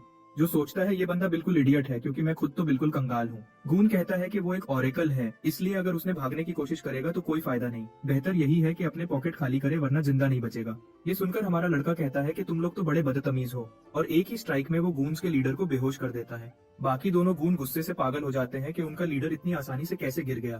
तभी अचानक दोनों एक साथ उस पर झट से दौड़ते हैं पीछे से वार करने के लिए, लेकिन अचानक कुछ लकड़ी के क्रेट्स दोनों पर गिरते हैं। इसी दौरान एक मिस्टीरियस लड़की तुरंत आके हमारे लड़के का हाथ पकड़ लेती है और कहती है मेरे साथ चलो। फिर वो दोनों वहाँ से भाग जाते हैं।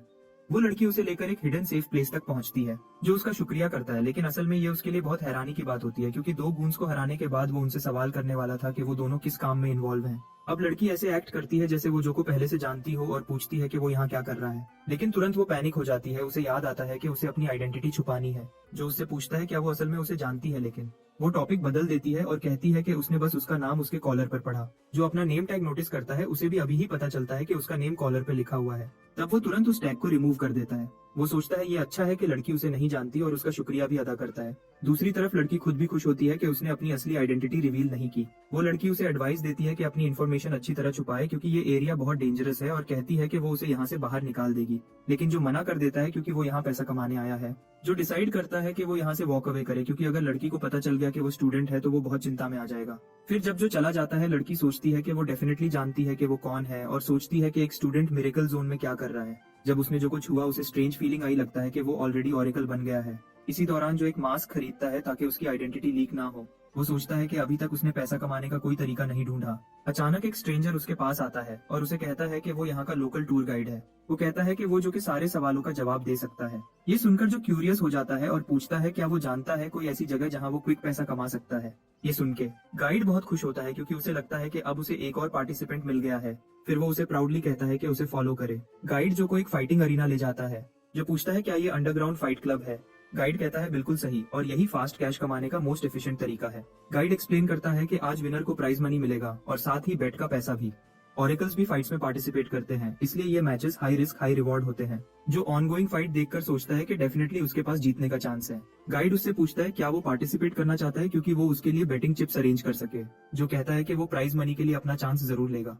फिर अचानक वही मिस्टीरियस लड़की फाइट क्लब में एंटर करती है और जो को ढूंढने लगती है। वो देखती है जो रिंग के अंदर खड़ा है और सोचती है कि वो यहाँ क्या कर रहा है। वहाँ एक अगली गाय जो के सामने बड़ा एरोगेंट एक्ट करता है और उससे कहता है क्या वो पावरफुल फाइटर है, लेकिन जो एक ही स्ट्राइक में उसे नॉकआउट कर देता है। क्राउड सोचता है ये बोरिंग है क्योंकि हर फाइटर सिंगल पंच में गिर रहा है, जो सोचता है कि इसे जल्दी खत्म करना चाहिए, और वो अगले 2 फाइटर्स को भी तुरंत हैंडल कर लेता है। क्राउड और स्टाफ फाइट्स देखकर कंफ्यूज हो जाते हैं। क्लब बॉस भी शॉक में है क्योंकि उसने सोचा था जो वीक लगता है। लैकी कहता है कि अब सब फाइटर्स फॉरफिट कर चुके हैं और कस्टमर्स रिफंड मांग रहे हैं, सोचते हैं कि मैचेस प्लान्ड है। बॉस तुरंत उसे कहता है कि स्पेशल मैच अरेंज करो क्योंकि वो नहीं चाहता जो सब प्राइज मनी लेके चला जाए, जबकि जो अपना लास्ट ओपोनेंट भी डिफीट कर देता है और पूछता है क्या अब वो प्राइज मनी ले सकता है। अनाउंसर कहता है कि क्राउड बहुत एक्साइटेड है इसलिए उन्होंने स्पेशल मैच अरेंज किया है। जो सोचता है कि ये लोग शायद कैश प्राइज कभी ना दे, मतलब वो रियलाइज करता है कि बॉस और स्टाफ सिर्फ उसे मुश्किल में डालने के लिए ये मैच अरेंज कर रहे हैं। लैकीज मतलब छोटे हेल्पर्स या सबॉर्डिनेट्स जो यूजुअली बॉस या पावरफुल पर्सन के लिए काम करते हैं, वो एक ट्रॉली लेकर आते हैं जिसमें एक मॉन्स्टर बंधा हुआ होता है। फिर अनाउंसर कहता है कि स्पेशल मैच इस निफलन मॉन्स्टर के साथ होगा और जो उसे देखकर जेन्युइनली सरप्राइज हो जाता है।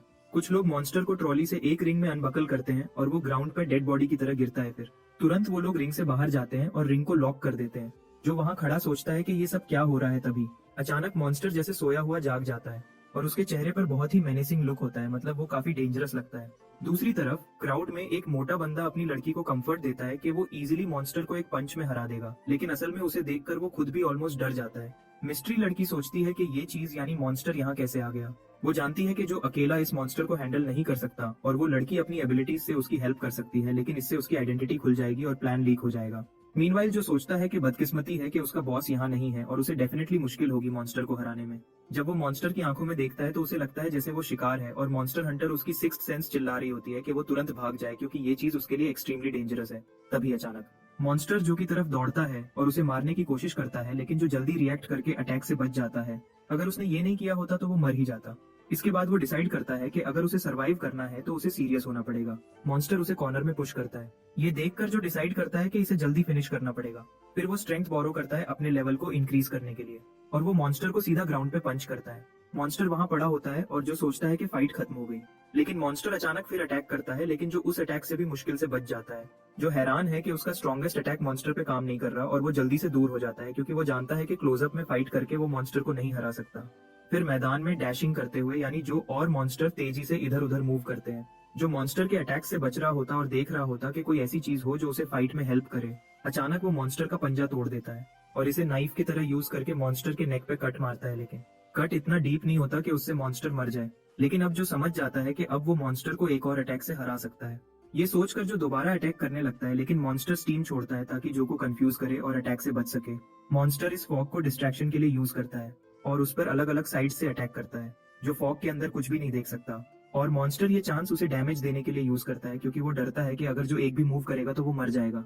तब तुरंत ही हमारे हीरो को अच्छी तरह समझ आ गया था कि अगर टाइम पूरा हो गया तो उसकी मौत पक्की है, इसलिए उसके पास कोई ऑप्शन नहीं था, बस उसे स्टीम को रोकना ही था। फिर वो डिसाइड करता है कि अपने सारे सेंसेस का यूज करके मॉन्स्टर का लोकेशन कंफर्म करेगा और उसे फाइनली मार डालेगा। वो पूरी कंसंट्रेशन से फोकस करता है और तुरंत मॉन्स्टर का एग्जैक्ट लोकेशन उसके माइंड में लॉक हो जाता है। उसके बाद वो मॉन्स्टर के हाथ को पकड़ लेता है और उसे एक क्लीन कट से काट देता है, यहाँ तक कि मॉन्स्टर को रिएक्ट करने का मौका भी नहीं मिलता। अब हमारे हीरो को एक परफेक्ट मौका मिलता है। ये वही चांस था जिसका वो इंतजार कर रहा था। अब उसके पास चांस है कि वो अपना फाइनल अटैक करे और मॉन्स्टर को हमेशा के लिए खत्म कर दे, लेकिन अफसोस वक्त खत्म हो जाता है और उसका दिल दर्द से भर जाता है। इसी समय मॉन्स्टर उससे ये मौका छीन लेता है। जैसे ही हमारे हीरो का ध्यान टाइम खत्म होने पर जाता है, मॉन्स्टर तुरंत मौका पकड़ता है और उसका हथियार छीन लेता है, मतलब उसे बिल्कुल बेहथियार कर देता है और अब अपनी टंग से लीथल अटैक करता है। लेकिन हमारा हीरो अभी भी गिव अप नहीं करता। वो डिसाइड करता है कि अब वो अपनी लिमिट से भी आगे जाएगा। फिर वो और स्ट्रेंथ बोरो करता है और मॉन्स्टर की टंग को पकड़ लेता है। उसके बाद उसे हवा में स्विंग करता है और मॉन्स्टर के दोनों जॉज को पकड़ लेता है। अपनी पूरी ताकत लगाकर मॉन्स्टर को तोड़ता है और फाइनली मार देता है। इस बीच ऑफिशियल्स जो कैमरा से देख रहे होते हैं समझ नहीं पाते कि ये क्या हो रहा है। बॉस घबराकर पूछता है क्या नया लड़का फाइनली गिर गया, लेकिन उसका चेहरा जल्दी ही पेल हो जाता है ये सुनने के बाद कि मॉन्स्टर टूट चुका है। मैदान के अंदर एक सफेद बालों वाली लड़की खड़ी होती है जो आंखें फाड़कर जो को देखती रहती है। उसे यकीन ही नहीं होता कि जो ने ये सब कैसे कर दिखाया, मतलब उसके लिए ये सीन इतना शॉकिंग था कि वो बस वहीं खामोश रह जाती है। दूसरी तरफ जो अभी भी मॉन्स्टर के सिर को पकड़े हुए होता है और कैमरा की तरफ घूरता है, मतलब उसकी नजर इतनी तीखी और भारी होती है कि लगता है जैसे वो कैमरा के उस पार बैठे लोगों को भी महसूस कर रहा हो। मॉनिटरिंग रूम में बैठे ऑफिशियल्स का पसीना छूट जाता है। उन्हें ऐसा लगता है जैसे वो सीधा उन्हें घूर रहा हो और उसकी वो डेथ स्टेयर उनके अंदर तक डर भर देता है। बॉस पैनिक हो जाता है और गुस्सा करते हुए कहता है कि मैंने इस फाइटर मॉन्स्टर को लाने में इतना पैसा खर्च किया और लड़का इसे इजीली क्रश कर रहा है। लेकिन गुस्से पे कंट्रोल करते हुए वो जो को कांग्रेचुलेट करता है और कहता है स्टाफ के साथ रिवॉर्ड लेने चलो। थोड़ी देर बाद बैक स्टेज पर एक ब्रीफकेस जिसमें कैश रखा होता है जो कि सामने आता है और ऑफिशियल उसे बताता है कि टोटल अमाउंट लगभग $500,000 है। फिर जो उस ब्रीफकेस को लेने की कोशिश करता है, लेकिन बॉस अचानक उसे बंद कर देता है और चालाक अंदाज में कहता है कि डील अब बदल गई है। अब या तो जो परमानेंट फाइटर बनेगा तब उसे पूरे पैसे मिलेंगे, वरना अगर वो मना करेगा तो उसे सिर्फ चौथा हिस्सा मिलेगा। मतलब बॉस उसे धोखा देकर मजबूर करना चाहता है। डील सुनते ही हमारा हीरो आंखें तंग कर गुस्से से बॉस की तरफ देखता है और ठंडे लेकिन सख्त अंदाज में कहता है कि अपनी बात दोबारा कहो। मतलब वो वार्निंग दे रहा होता है कि अगर बॉस ने दोबारा ये शर्त रिपीट की तो नतीजा अच्छा नहीं होगा। फिर बॉस गुस्से में फट पड़ता है और चिल्लाता है कि बाकी सब कंटेस्टेंट्स तो उस फाइट के बाद भाग गए और उसका महंगा वॉरियर तो सीधा सिर काटने वाली बीमारी से मर गया। मतलब वो मजाक उड़ाते हुए जो पर इल्जाम लगा रहा होता है कि उसने उसके लिए सब कुछ बर्बाद कर दिया। फिर जो गुस्से से कहता है ये तो हमारी असली डील ही नहीं थी, असली डील को तुम बदल नहीं सकते। वो बॉस को याद दिलाता है कि कॉन्ट्रैक्ट में क्लियरली लिखा था कि अगर रिंग में ओपोनेंट मर भी जाए तो फाइटर जिम्मेदार नहीं होगा। फिर वो सीधा पूछता है क्या यही कंडीशन अग्री नहीं हुई थी, जो कि अंदर से निकली एनर्जी इतनी स्ट्रांग होती है कि बॉस के चेहरे का रंग सफेद पड़ जाता है।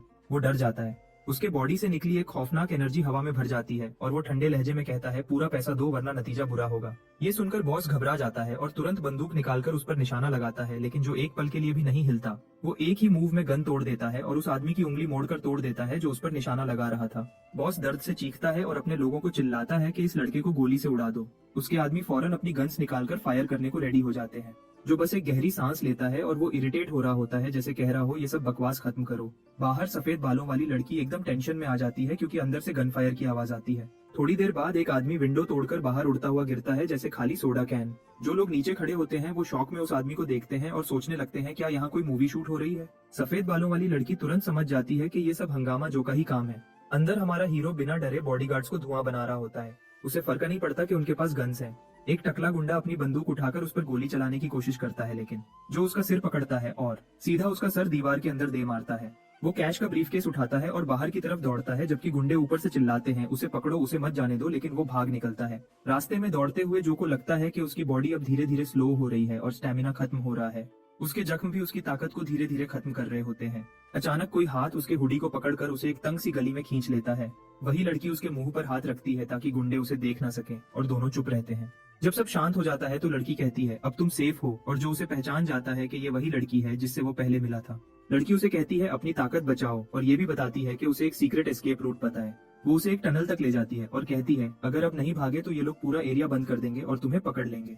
जब जो कुछ बोलने लगता है तो लड़की उसे बीच में रोककर कहती है ज्यादा मत बोलो, बस भाग जाओ। उसके पास कोई और ऑप्शन नहीं होता तो वो उसका शुक्रिया करता है। फिर वो टनल के अंदर दौड़ जाता है और अंधेरे में गायब हो जाता है। जब वो चला जाता है तो लड़की अपने कम्युनिकेटर पे कॉल करती है, जहाँ दूसरी तरफ कोई गुस्से में पूछता है कि तू कहाँ गायब थी। वो कहती है चुप कर और दादा से बात लगाओ, मुझे एक जरूरी रिपोर्ट देनी है। दूसरी तरफ जो मुश्किल से अपने अपार्टमेंट तक पहुँचता है और अंदर आते ही जमीन पर गिर जाता है। वो सांस लेने की कोशिश करता है, उसका सीना तेज चल रहा होता है, उसका जिस्म बिल्कुल थक गया होता है। जब उसका जिस्म अपनी आखिरी ताकत भी जला देता है तो वो बेहोश हो जाता है और सपने में अपनी माँ को देखता है। उसकी माँ रोता हुआ कहती है कि उसने झूठ बोला था, वो ठीक नहीं हुई थी। असल में उसके पास सिर्फ कुछ साल बचे हैं। वो कहती है उसकी सबसे बड़ी ख्वाहिश थी कि वो अपने बेटे को बड़ा होता देखे, उसके बच्चों से मिले और थोड़ा और वक्त साथ बिता सके। फिर वो माफी मांगती है कि उसके पास ताकत नहीं थी और कहती है कि वो अपने बेटे से दुनिया में सबसे ज्यादा प्यार करती है। सपने में माँ से बातें करते हुए आंसू उसके चेहरे पर बह रहे थे, जैसे वो खुद से पूछ रहा हो क्या मैं अभी भी जिंदा हूँ। फिर अचानक हमारा हीरो रियलिटी में लौट आता है। उसकी आंखें झट से खुल जाती हैं। वो अपने आप को संभालता है और खिड़की के बाहर चमकता हुआ सूरज देखता है। वो धीरे से बैठता है, तब उसे एहसास होता है कि वो अभी भी जोचन के घर के अंदर ही है। तब एक गहरी सांस के साथ उसके दिल से राहत का एहसास निकलता है, कम से कम वो जिंदा तो है और सेफ जगह है। तभी एक आवाज उसके दिमाग में गूंजती है, तू फाइनली जाग गया, और वो थोड़ा घबरा जाता है। वो पूछता है कि डीमन तुम कुछ दिनों से कहाँ था, लेकिन वो जादुई किताब कोई बहाना बना के कहती है कि काम में बिजी थी। फिर वो सवाल उलटा कर देता है, तू क्या कर रहा था जो 2 दिन तक बेहोश पड़ा रहा।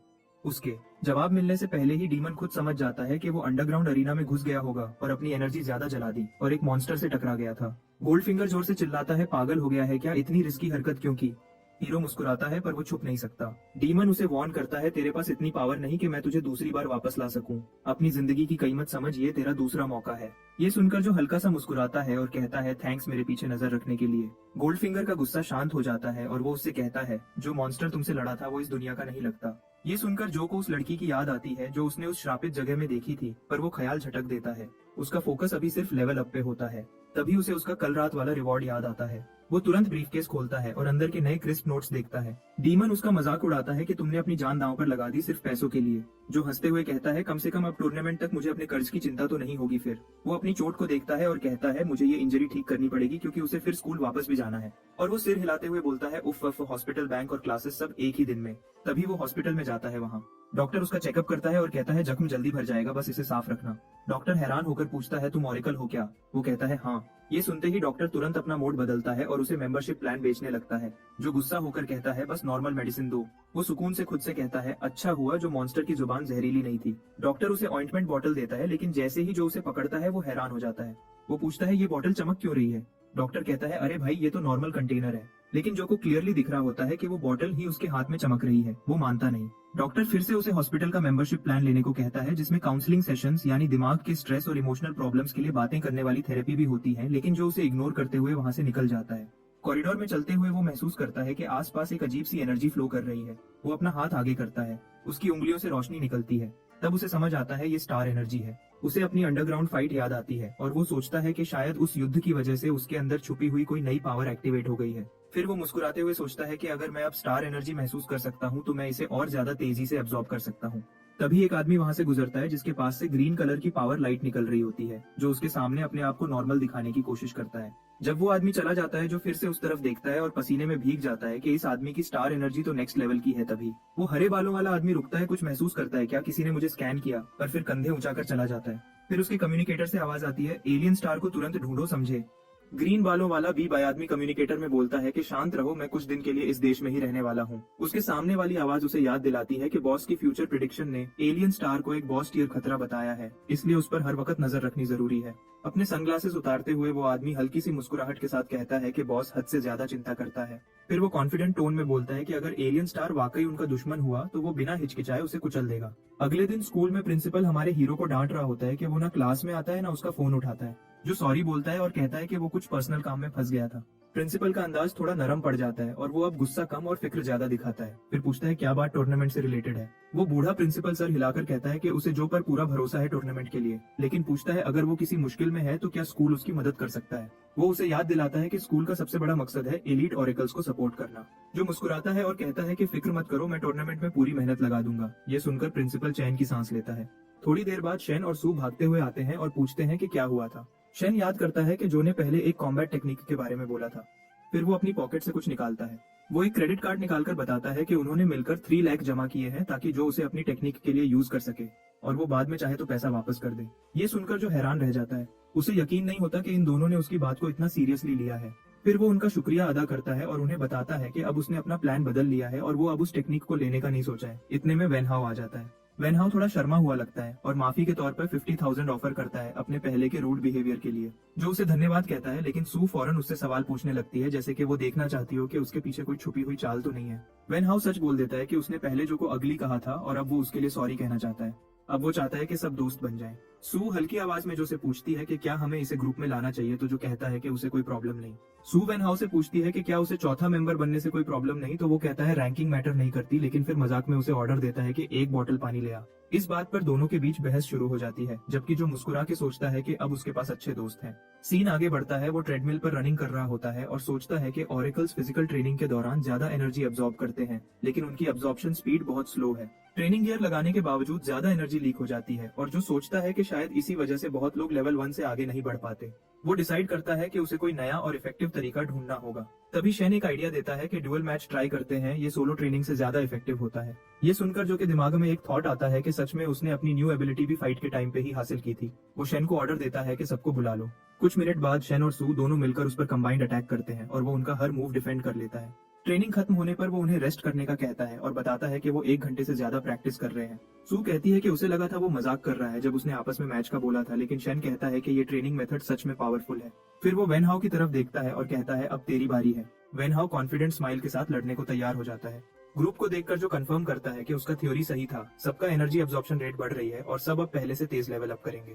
अब वो खुद के लिए सोचता है कि उसकी नेचुरली हाई अब्जॉर्प्शन एबिलिटी होने की वजह से वो टेस्ट को और आगे बढ़ा सकता है, क्योंकि इस दुनिया में सप्लीमेंट्स को डाइल्यूटेड बनाया जाता है ताकि वो सेफ रहे। लेकिन जिनके पास कम अब्जॉर्प्शन होती है उनके लिए वो काम नहीं करते। लेकिन बोरो पावर स्किल 100 गुना ज्यादा कॉन्सेंट्रेटेड है और अगर कोई उसे बिना कंट्रोल के अब्जॉर्ब करे तो उसका बॉडी लिटरली फट जाएगा। लेकिन अगर वो उस पावर के फ्लो को कंट्रोल कर ले और धीरे धीरे अब्जॉर्ब करे तो शायद वो बहुत तेजी से लेवल अप कर सकता है, जैसे किसी ने इम्पॉसिबल को पॉसिबल बना दिया हो। ये सोचकर जो अपनी स्किल एक्टिवेट करता है और तुरंत उसके आसपास से एक जबरदस्त रोशनी की लहर निकलती है जो हवा को हिलाने लगती है। एनर्जी की पावर इतनी ज्यादा होती है कि वो खुद भी थोड़ा सा हिल जाता है।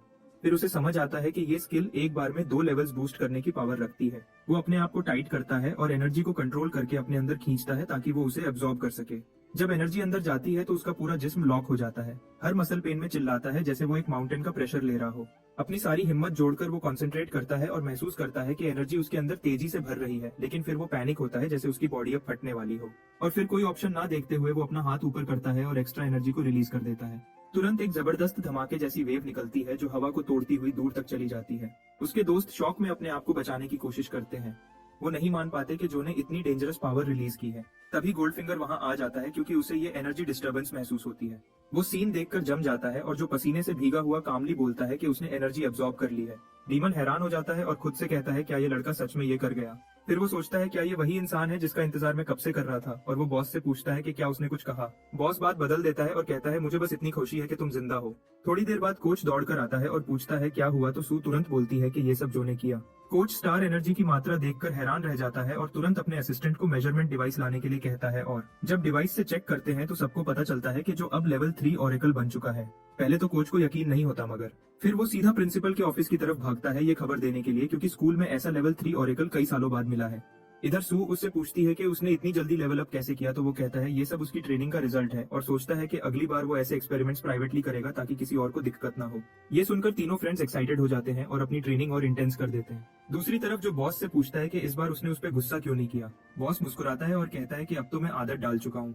गोल्डफिंगर उसे एनकरेज करता है कि अगर वो चाहे तो अपनी फुल पावर यूज करे ताकि जल्दी स्ट्रांग बन सके, क्योंकि उसे जो की स्ट्रेंथ चाहिए होती है। पर जो कहता है टेंशन मत ले, उसने ऑलरेडी बहुत सारी स्टार एनर्जी स्टोर कर ली है और जैसे ही वो नए पावर लेवल में स्टेबल होगा वो एक और लेवल अप करेगा। ये सुनकर बॉस बिल्कुल चुप हो जाता है।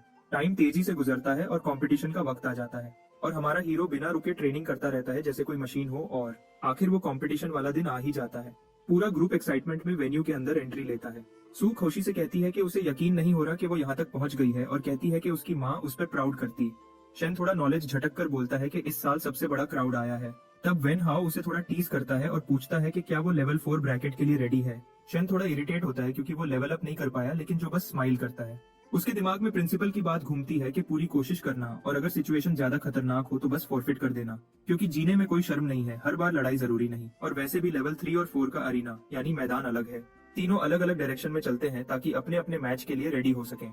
इधर प्रिंसिपल और कोच वीआईपी एरिया में आते हैं। दोनों बच्चों की तरह एक्साइटेड लगते हैं। कोच कहता है ये वही लग्जरी मोमेंट है जिसका हम इंतजार कर रहे थे, और अब सब कुछ पॉसिबल हो गया है क्योंकि आज हमारा स्कूल फाइनली लेवल 4 ब्रैकेट में एक फाइटर भेज रहा है। और तभी प्रिंसिपल वैंग अचानक वहां अपीयर होता है। प्रिंसिपल वैंग मुस्कुराते हुए जो कि प्रिंसिपल को बधाई देता है कि सिर्फ कुछ महीनों में उसने 2 हाई लेवल स्टूडेंट्स तैयार कर लिए हैं, लेकिन प्रिंसिपल नम्रता से कहता है कि ये सब उसका काम नहीं था बल्कि स्टूडेंट्स की मेहनत थी। वो बस उनकी जरूरत पूरी करता रहा, और साथ ही वो वैंग का भी शुक्रिया अदा करता है क्योंकि उसने कंपटीशन के बारे में जरूरी जानकारी दी थी। वैंग बताता है कि रिफॉर्मेशन के बाद सरकार ने फैसला किया है कि जो स्कूल्स जीतेंगे उन्हें ग्रांट्स मिलेंगी, और इसी वजह से इस साल कंपटीशन का लेवल और मुश्किल होगा। अचानक एक घमंडी आदमी कहता है कि कोई जाहिल यानी एक गाँव का आदमी जबरदस्ती वीआईपी लाउंज में घुस आया है और सबको परेशान कर रहा है। प्रिंसिपल जवाब देने लगता है, लेकिन वैंग उसे रोक देता है और कहता है कि उनसे पंगा मत लेना, क्योंकि ये सब वो प्रिंसिपल्स हैं जिन्होंने पहले ये टूर्नामेंट जीता हुआ है। प्रिंसिपल कहता है कि वो सब बातें पुरानी हो गई हैं, अब कोई नहीं जानता कि इस दफा का विनर कौन होगा। तभी सफेद बालों वाला आदमी टॉन्ट करता है कि इस सीन को अच्छे से देख लो और एंजॉय करो, क्योंकि ये तुम्हारे लिए पहली और आखिरी बार है जब तुम ऐसी जगह पर आए हो। कोच थोड़ा परेशान होकर प्रिंसिपल से पूछता है कि क्या स्टूडेंट्स इतने हाई लेवल कंपटीशन के लिए तैयार हैं, क्योंकि उनका ये पहला एक्सपीरियंस है। वैंग मुस्कुराकर कोच से पूछता है कि उसे अपने स्टूडेंट्स के बारे में क्या लगता है। कोच फक्र से कहता है कि सब टैलेंटेड हैं, और जो तो एक प्रोडिजी है जो किसी भी जीनियस से ज्यादा गिफ्टेड है। प्रिंसिपल कहता है कि हमें बस उन पर यकीन रखना चाहिए, बाकी वो खुद अपना आप साबित करेंगे। ऑडियंस में जो कि क्लास भी उसके लिए चीयर कर रही होती है। क्लास रिप्रेजेंटेटिव बहुत एक्साइटेड है पर अंदर से थोड़ा नर्वस भी, क्योंकि वो पहली बार ऐसी जगह आई है। पहले तो उसे यकीन ही नहीं हो रहा था कि जो कंपटीशन में पार्टिसिपेट कर रहा है, लेकिन अब वो यहाँ उसके लिए चीयर कर रही थी। एक हफ्ते पहले स्कूल में उसके दिमाग में ये बात चल रही थी कि जो एकेडमी का नया राइजिंग स्टार बन गया है और अब शायद उससे मिलना मुश्किल होगा। वो सोचती है कि अब जो लोअर क्लास के लोगों से मिलना पसंद नहीं करेगा। ये सोचकर वो इतनी परेशान होती है कि गिरने वाली होती है। तभी हमारा हीरो टाइम पर आकर उसे संभाल लेता है। वो उससे पूछता है क्या तुम ठीक हो, और वो उसका शुक्रिया कहती है। फिर पूछती है कि तुम यहाँ क्या कर रहे हो। जो कहता है कि उसने उसे देखा तो मिलने आ गया। वो कन्फेस करती है कि उसे लगा कि अब वो एलीट बन गया है और लोअर क्लास के लोगों से नहीं मिलता। जो मुस्कुराता है और कहता है दोस्ती तो हमेशा के लिए होती है, कुछ भी हो असली दोस्त कभी नहीं बदलते। ये सुनकर वो खुश हो जाती है और सोचती है कि जो बिल्कुल नहीं बदला और वो पक्का टूर्नामेंट जीत सकता है। तभी अनाउंसर लाउडस्पीकर पे कहता है कि कंटेस्टेंट्स स्टेज पर आने वाले हैं। तभी सीआर एक्साइटेड हो जाती है जब देखती है कि हमारे हीरो जो दूसरे कंटेस्टेंट्स के साथ स्टेज पे वॉक कर रहा होता है। अनाउंसर कहता है कि वो सबका स्वागत करता है इस साल के एक्सचेंज कंपटीशन में, और ये इवेंट होस्ट करेंगे वो खुद और उनकी पार्टनर लिलियन। जब लिलियन का नाम लिया जाता है तो पूरा क्राउड पागल हो जाता है, क्योंकि वो कंट्री की सबसे मशहूर आइडल्स में से एक है। लिलियन स्माइल करके कहती है कि आज वो एक ऑर्डिनरी अनाउंसर है, असली स्टार्स तो ये कंटेस्टेंट्स हैं जो यहाँ कम्पीट करने आए हैं। अनाउंसर रूल्स समझाता है कि 12 अकेडमीज से टोटल 48 कंटेस्टेंट्स हैं, 16 लेवल 4 ब्रैकेट में और बाकी 32 लेवल 3 ब्रैकेट में। ऑल सिर्फ लेवल 4 के लिए रिजर्व्ड है और फाइनल रैंकिंग्स दोनों ब्रैकेट्स के स्कोर मिलाकर बनेंगी। कंटेस्टेंट्स एक दूसरे के सामने फाइट करेंगे। हर मैच का विनर आगे बढ़ेगा और दूसरे विनर से टकराएगा जब तक सिर्फ एक बचा ना रहे। टाइम लिमिट 30 मिनट्स की होगी और मैच तब खत्म होगा जब कोई सरेंडर करे या उसकी फाइट करने की एबिलिटी खत्म हो जाएगी। लिलियन कहती है कि इस साल के टूर्नामेंट के रूल्स पहले से ज्यादा टफ हैं, लेकिन डरने की जरूरत नहीं है। वो उन सबसे कहती है कि पिलर के टॉप पे देखो। सब लोग एक्साइटेड हो जाते हैं जब वो देखते हैं कि एक एस रैंक सेलिब्रिटी जिसका नाम यूए है हॉल में मौजूद है। यूए हल्का सा अपना पावर शो करता है, सिर्फ एक उंगली से फ्लोर हिल जाता है जैसे अर्थक्वेक आया हो। अनाउंसर समझाता है कि ये मास्टर ने स्पेशल रिंग बनाई है जो ऑडियंस को किसी भी अटैक से बचाएगी और हर मैच के बाद रिंग को इंस्टेंटली रिपेयर कर देगी। वो कॉन्टेस्टेंट्स को ये भी बताता है कि उन्हें जेम्स पहनने चाहिए क्योंकि ये उनका सर्टिफिकेशन है और डेंजरस मोमेंट में उन्हें प्रोटेक्ट भी करेंगे। सब लोग धीमे आवाज में बोलते हैं कि एस रैंक के लोग वाकई बहुत डरावने होते हैं। फिर अचानक हमारे हीरो के दिमाग में एक थॉट आता है कि इस एस रैंक की पावर लगभग गोजो, एक बहुत ही पावरफुल जादूगर के बराबर है। लेकिन इसके बावजूद जो इतना चिल और बेफिक्र लग रहा था जैसे उसे किसी चीज की टेंशन ही ना हो, उसे जरा सी घबराहट भी महसूस नहीं हो रही थी। स्टेज पर आइडल मुस्कुराती हुई कहती है कि रिजल्ट्स जेम्स पे शो किए जाएंगे और वो ऑफिशियली अनाउंस करती है कि कंपटीशन अब शुरू होता है। सबकी नजर पहली फाइट पर होती है जो सिर्फ 17 मिनट में खत्म हो जाती है और विनर बनती है शेल रैन। सब उसके लिए तालियां बजाते हैं, लेकिन प्रिंसिपल हैरान होकर कहता है कि उसे यकीन नहीं हो रहा कि एक एस रैंक ऑरेकल खुद टूर्नामेंट देख रहा है। इसका मतलब है इस साल के मैचेस बहुत टफ होने वाले हैं। प्रिंसिपल वोंग समझाता है कि ये सब लेवल 4 और लेवल 3 के फर्क की वजह से है। लेवल 4 ऑरेकल्स अपनी फाइटिंग टेक्निक्स में पूरी मास्टरी हासिल कर चुके हैं, जबकि फेमस स्कूल्स इतने अमीर हैं कि सी रैंक टेक्निक्स खरीदना उनके लिए रोज का काम है। इसी वजह से वो स्कूल्स हमेशा टूर्नामेंट जीत जाते हैं, क्योंकि वो ग्रांट का पैसा यूज करके अपने कॉन्टेस्टेंट्स को बेस्ट मैजिकल एबिलिटीज और फाइटिंग टेक्निक्स दिलवा देते हैं। लेकिन इस साल सब कुछ बदलने वाला है। पांचवी फाइट लानचेन और लीसे के बीच होती है। लानचेन अपने ओपोनेंट के हर अटैक से बचाव कर उसे पूरी तरह कंफ्यूज कर देती है। फिर लीसे अपनी एबिलिटी बेस्ड फाइटिंग टेक्निक का यूज करती है और ओपोनेंट को रोक लेती है। फिर एक स्ट्रॉन्ग फिनिशिंग ब्लो से मैच जीत जाती है। क्राउड पूरी तरह एक्साइटेड हो जाता है और कई लोग सोचने लगते हैं कि शायद वो सीक्रेटली कोई मैजिक यूज कर रही है। ये देखकर प्रिंसिपल शॉक हो जाता है, क्योंकि ऐसी एबिलिटी सिर्फ एक सुपीरियर रैंक्ड ऑरेकल के पास होती है। प्रिंसिपल वांग फक्र से कहता है कि वो एक प्रोडिजी है जिसने इतनी छोटी उम्र में ये एबिलिटी हासिल कर ली। दूसरा प्रिंसिपल कहता है कि उसे फर्क नहीं पड़ता अगर उसके पास ऐसी एबिलिटी है तो, पर वैंग मुस्कुराते हुए उसे छेड़ता है और पूछता है कि अगर ऐसा है तो तुमने उसे टीम में शामिल करने की कोशिश क्यों की।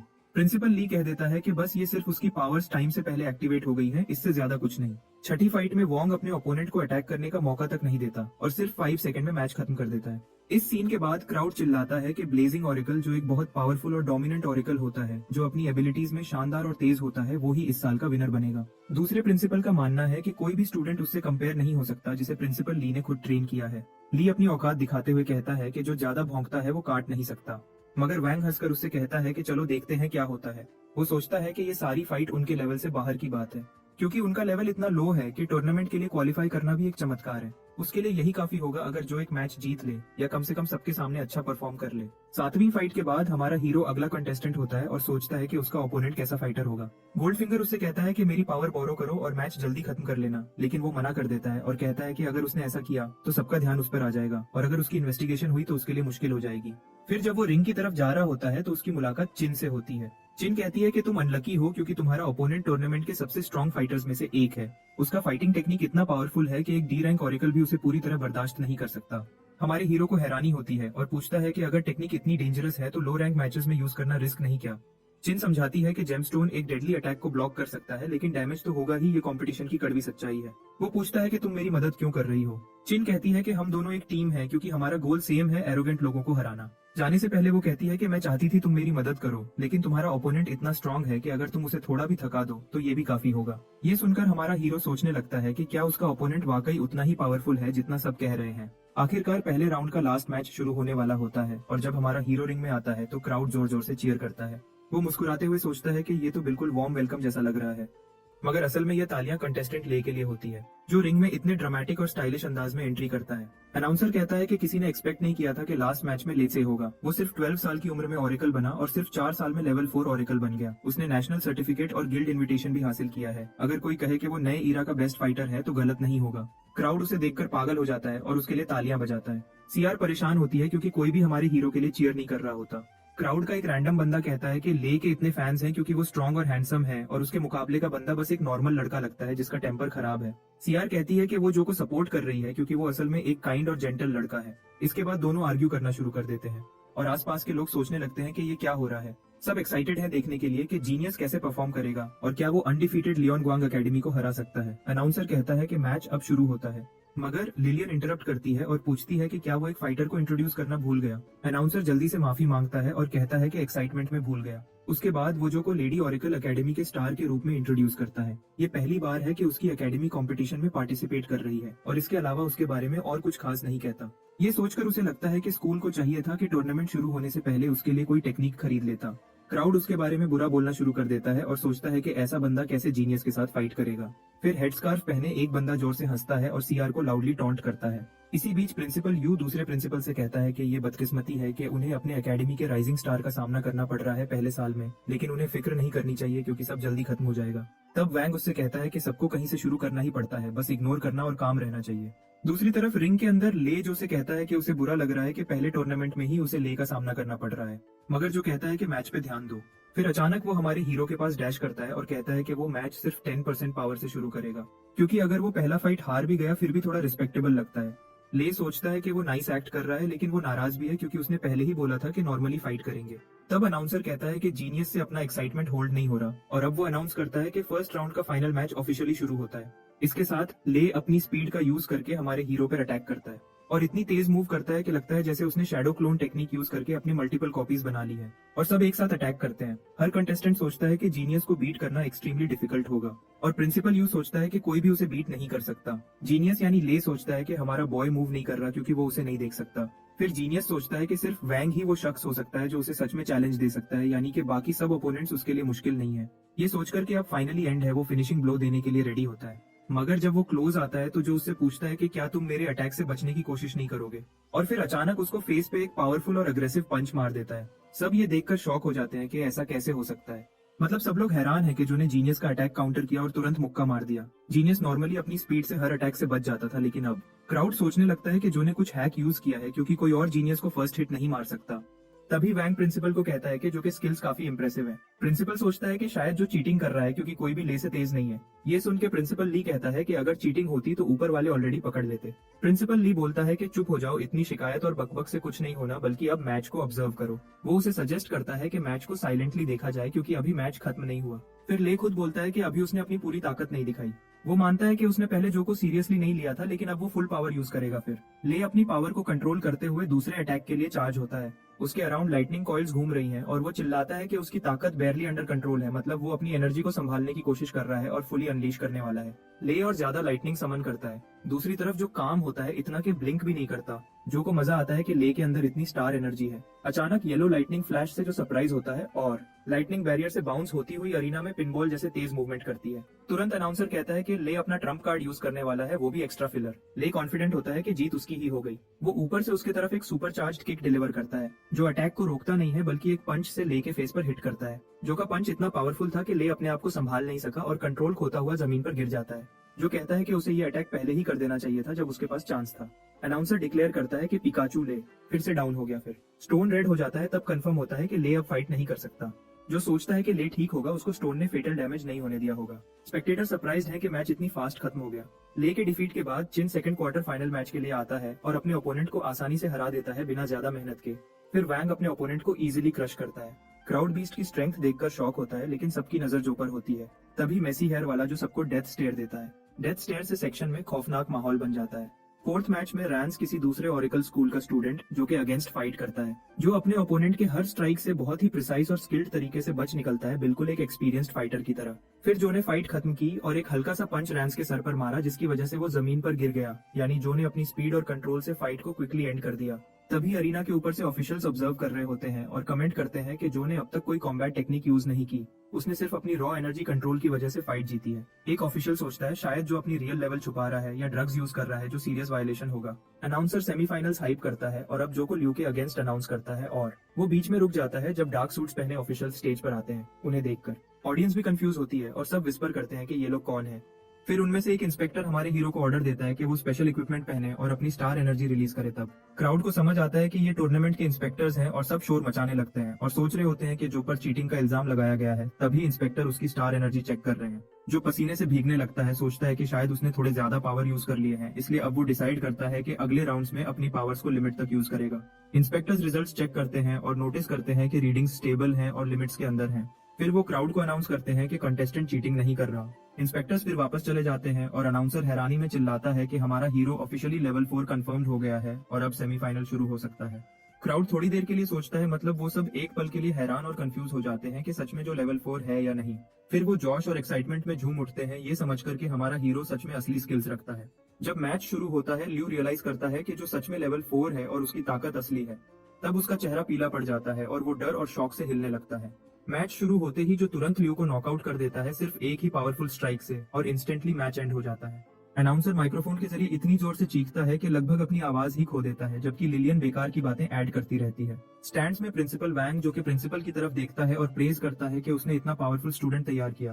प्रिंसिपल खुशी से सारे रिमार्क्स एक्सेप्ट करता है और बाकी प्रिंसिपल्स जो पहले उसका मजाक उड़ाते थे वो भी प्रेज करने रश लगा देते हैं। प्रिंसिपल पोलाइटली स्माइल करता है लेकिन थोड़ा अनकंफर्टेबल फील करता है इतनी अटेंशन देख के। ली और प्रिंसिपल वॉन्ग स्टेज के साइड से देख रहे होते हैं और उनको क्लियरली इरिटेशन हो रही होती है। क्राउड के अचानक अटेंशन और सबके जो को प्रेज करने की वजह से वो थोड़ा अनॉयड लग रहे थे।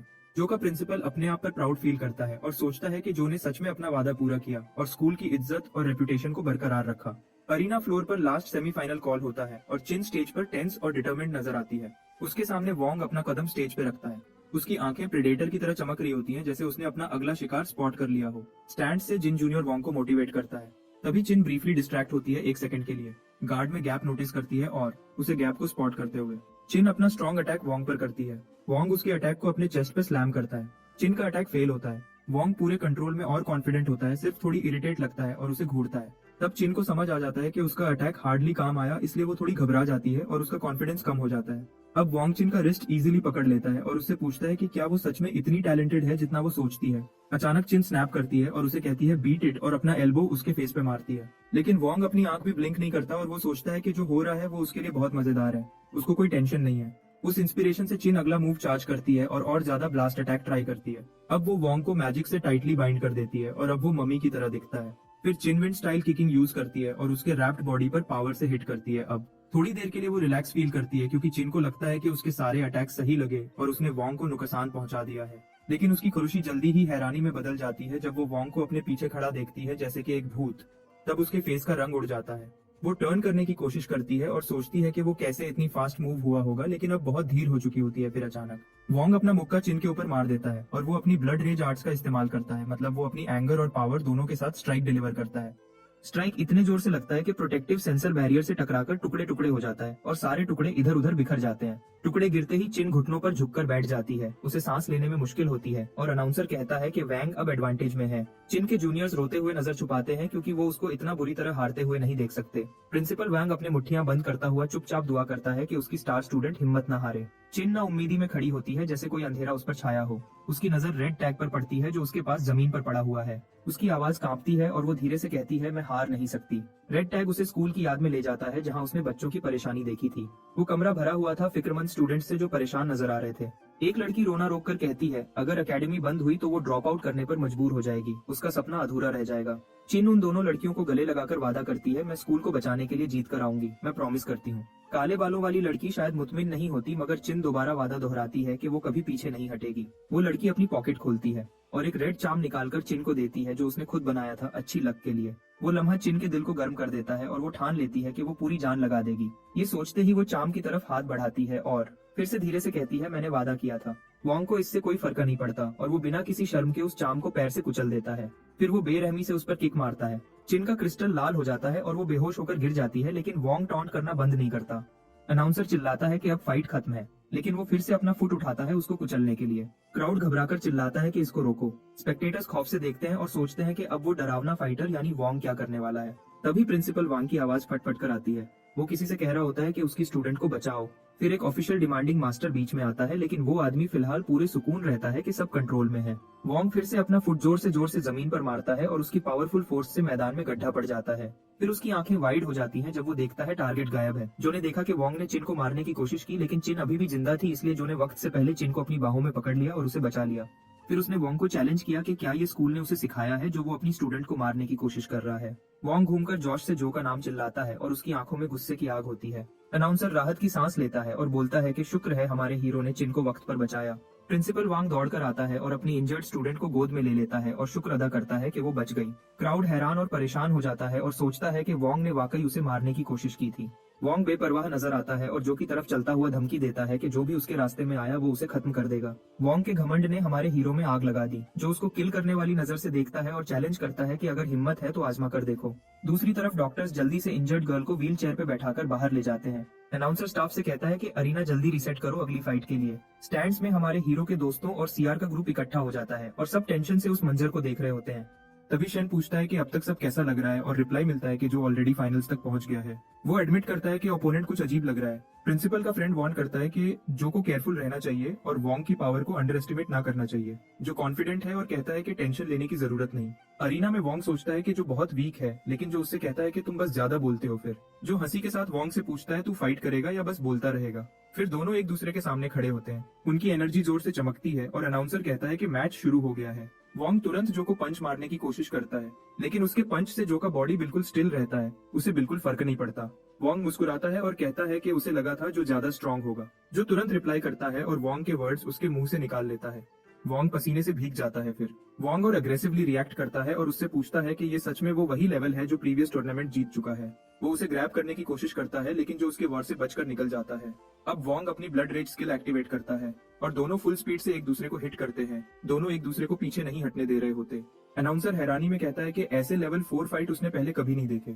जो कि दोस्तों को हैरानी होती है। उन्हें लगता है कि जो ने अब तक प्रैक्टिस में अपनी असली ताकत नहीं दिखाई थी। अरीना में जो एक मैसिव अपर कट रेडी करता है और ये अपर कट वोंग के जॉ पर लगता है।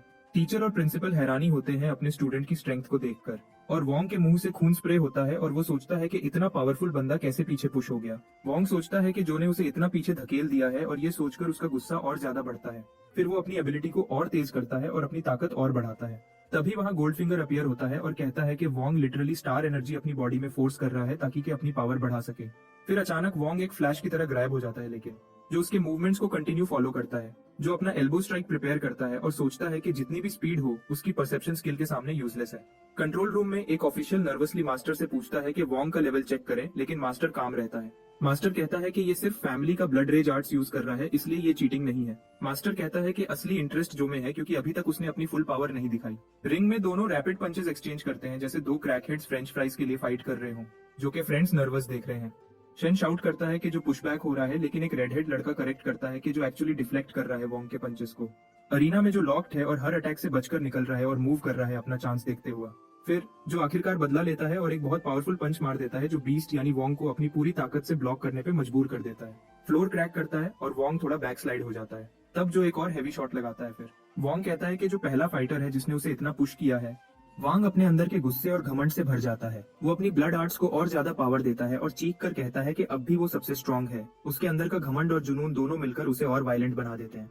लेकिन हमारा हीरो जो बिल्कुल कॉन्फिडेंट रहता है और उसे टॉन्ट करता है, बस इतनी ही पावर थी तुम्हारे पास। फिर हमारा हीरो अपना बोरो पावर स्किल एक्टिवेट करता है और उसका लेवल भी बढ़ने लगता है। दोनों पावरफुल फाइटर्स फिर से एक दूसरे के सामने खड़े होते हैं। दोनों के हाथ फिर से मारने के लिए बेचैन होते हैं। जो रियलाइज करता है कि अब वो क्लियरली अपने ओपोनेंट के अटैक पैटर्न को पढ़ सकता है। अपने परसेप्शन स्किल का यूज करके वो ये भी नोटिस करता है कि वोंग का वीक पॉइंट उसका दिल है। बिना वक्त जाया किए हमारा हीरो सीधा अपनी एल्बो उसके सीने में मार देता है। इससे बीस्ट की आंखें शॉक में खुल जाती हैं, सांस रुक जाती है और वो हिल भी नहीं पाता। लेकिन फिर भी जो रुकता नहीं, वो तुरंत अगला अटैक करता है और वोंग को डिफेंस पे ला देता है। वोंग एक के बाद एक पंच ब्लॉक करता है। हर एक पंच पहले से भी ज्यादा हैवी होता है। उसके दिमाग में ये बात नहीं बैठती कि जो की स्पीड और पावर अभी भी बढ़ रही है। फिर भी वो हार मानने से इनकार करता है। वो अपनी ब्लड आर्ट्स को लिमिट के पार तक पुश करता है। हमारा हीरो डिक्लेयर करता है कि ये फाइट अब खत्म हो चुकी है और अपनी फिस्ट में पूरे स्टार एनर्जी भर लेता है। वैंग चीखता है मर जा और एक बड़ा पंच मारने के लिए आगे बढ़ता है। दोनों के पंचेस टकराता है और एक बड़ी एक्सप्लोजन होती है। शॉकवेव पूरी अरीना में फैल जाती है। स्पेक्टेटर्स अपने हाथ से अपने आप को ढक लेते हैं। प्रिंसिपल शॉक में लड़ाई को देखता है और घबराकर पूछता है ये क्या हुआ अभी। धुआं धीरे धीरे कम होता है। अनाउंसर चिल्लाता है कि वोंग अभी भी खड़ा है, लेकिन अगले ही पल वो गिर जाता है और उसका क्रिस्टल जमीन पर गिरता है लाल चमक के साथ। अब सिर्फ हमारा हीरो खड़ा रहता है। जीत उसकी होती है। Lightest school officially level 4 category और पूरे चैंपियनशिप का विनर बन जाता है। जो कि फ्रेंड्स खुशी से चीख रहे होते हैं कि हम जीत गए हैं। जो टीचर और प्रिंसिपल भी चीयर करते हैं, कहते हैं कि जो ने उनके स्कूल का नाम बुलंद कर दिया है। प्रिंसिपल के आंसू बहने लगते हैं। वो कहता है कि अब उन्हें पैसे के लिए किसी के आगे हाथ नहीं बढ़ाने पड़ेंगे। टीचर उसकी ओवर एक्टिंग देखकर एक्सप्रेशनलेस खड़ा रहता है। वही प्रिंसिपल्स जो पहले उनका मजाक उड़ा रहे थे अब दौड़कर उन्हें बधाई देने आते हैं। वैंग का प्रिंसिपल गुस्से से पागल हो जाता है और लास्ट ईयर का रनर अप प्रिंसिपल भी समझ नहीं पाता कि अब वो क्या करे। प्रिंसिपल ली भी हैरान होता है जब उसका सो कॉल्ड एलाई उसे छोड़कर भाग जाता है। मास्टर भी अब निकलने लगता है क्योंकि टूर्नामेंट खत्म हो गया होता है, लेकिन जाते हुए उसकी आंखें तेजी से तंग हो जाती हैं, जैसे उसने कुछ अजीब या इम्पोर्टेंट चीज देख ली हो। वो सोचता है क्या ये लोग जो को अपने टीम में ऐड करने आए हैं। वहाँ एक बूढ़ा आदमी अपने पास खड़ी लड़की से कहता है कि उसने सोचा भी नहीं था कि इतने छोटे स्कूल से इतना बड़ा टैलेंट निकलेगा। वो पूछता है कि क्या वो लड़का जो उनके ग्रुप में आ सकता है।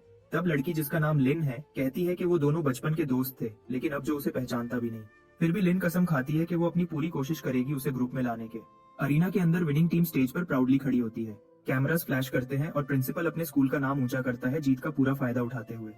हमारे हीरो कैमरा के लिए स्माइल करता है, लेकिन दिल में सोचता है कि उसे ये फोटोशूट असली फाइट से भी ज्यादा मुश्किल लग रहा है। अगले दिन प्रिंसिपल उसे अलग से बुलाकर कहता है कि उसने स्कूल के लिए बहुत बड़ा एहसान किया है, और प्रिंसिपल अपना वादा निभाते हुए जो को ब्लैक क्रिस्टल देता है, जिसे देखकर डीमन खुशी से पागल हो जाता है। लेकिन प्रिंसिपल उसे वार्न करता है कि अब बड़े ऑरेकल एकेडमीज उसे कांटेक्ट करने की कोशिश करेंगी, लेकिन उसे याद रहना चाहिए कि वो कहाँ से आया था। बाद में जो ऑफिस से बाहर निकलता है और तुरंत अपने दोस्तों से टकरा जाता है जो खुशी खुशी पेपर्स लेकर आए होते हैं, जबकि अभी समर ब्रेक चल रहा होता है।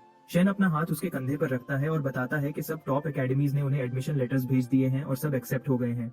हमारा हीरो एक एक को मुबारकबाद देता है, लेकिन सब उसे इंसिस्ट करते हैं कि असली क्रेडिट उसका है। शेन फिर सीरियस हो जाता है और बोल्ड टोन में कहता है कि आगे चलकर सब मिलकर बेस्ट टीम बनेंगे।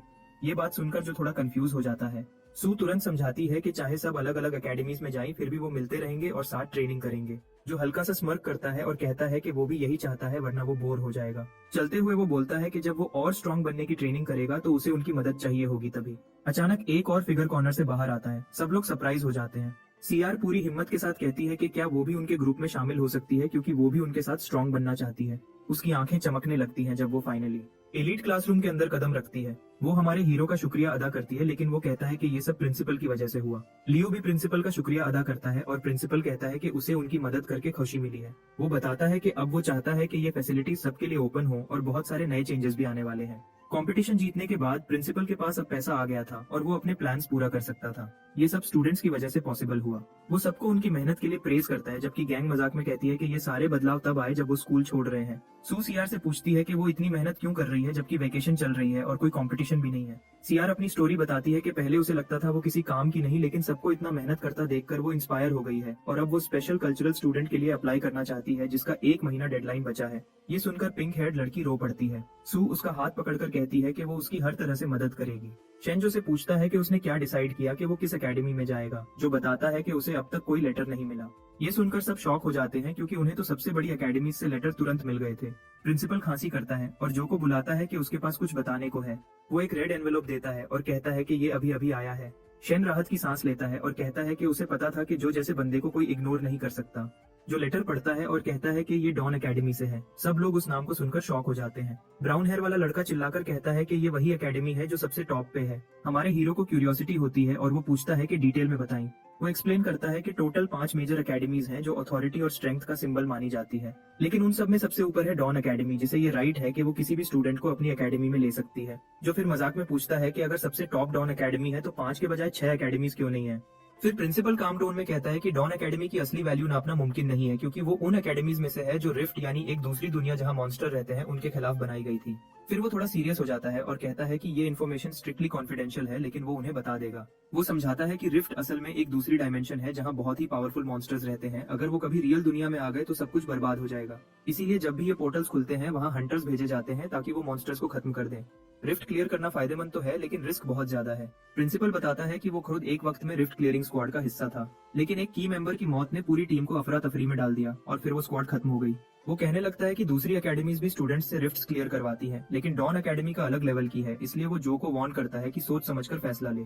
प्रिंसिपल उसे रियश्योर करता है कि अगर वो चाहे तो और एकेडमीज भी उसके लिए ओपन है, उसे अपनी जान रिस्क में नहीं डालनी चाहिए। लेकिन हमारा हीरो मुस्कुराता है और कहता है कि उसने डिसाइड कर लिया है, वो डॉन एकेडमी को ही ज्वाइन करेगा। प्रिंसिपल मुस्कुरा के कहता है कि उसे पहले ही अंदाजा था और ये भी कहता है कि जो अब नई बुलंदियों तक पहुंचेगा। शेन उसके कंधे पर हाथ रखता है और कहता है कि सब मिलकर स्ट्रांग बनेंगे और तब रिफ्ट उनके लिए कुछ भी नहीं होगी।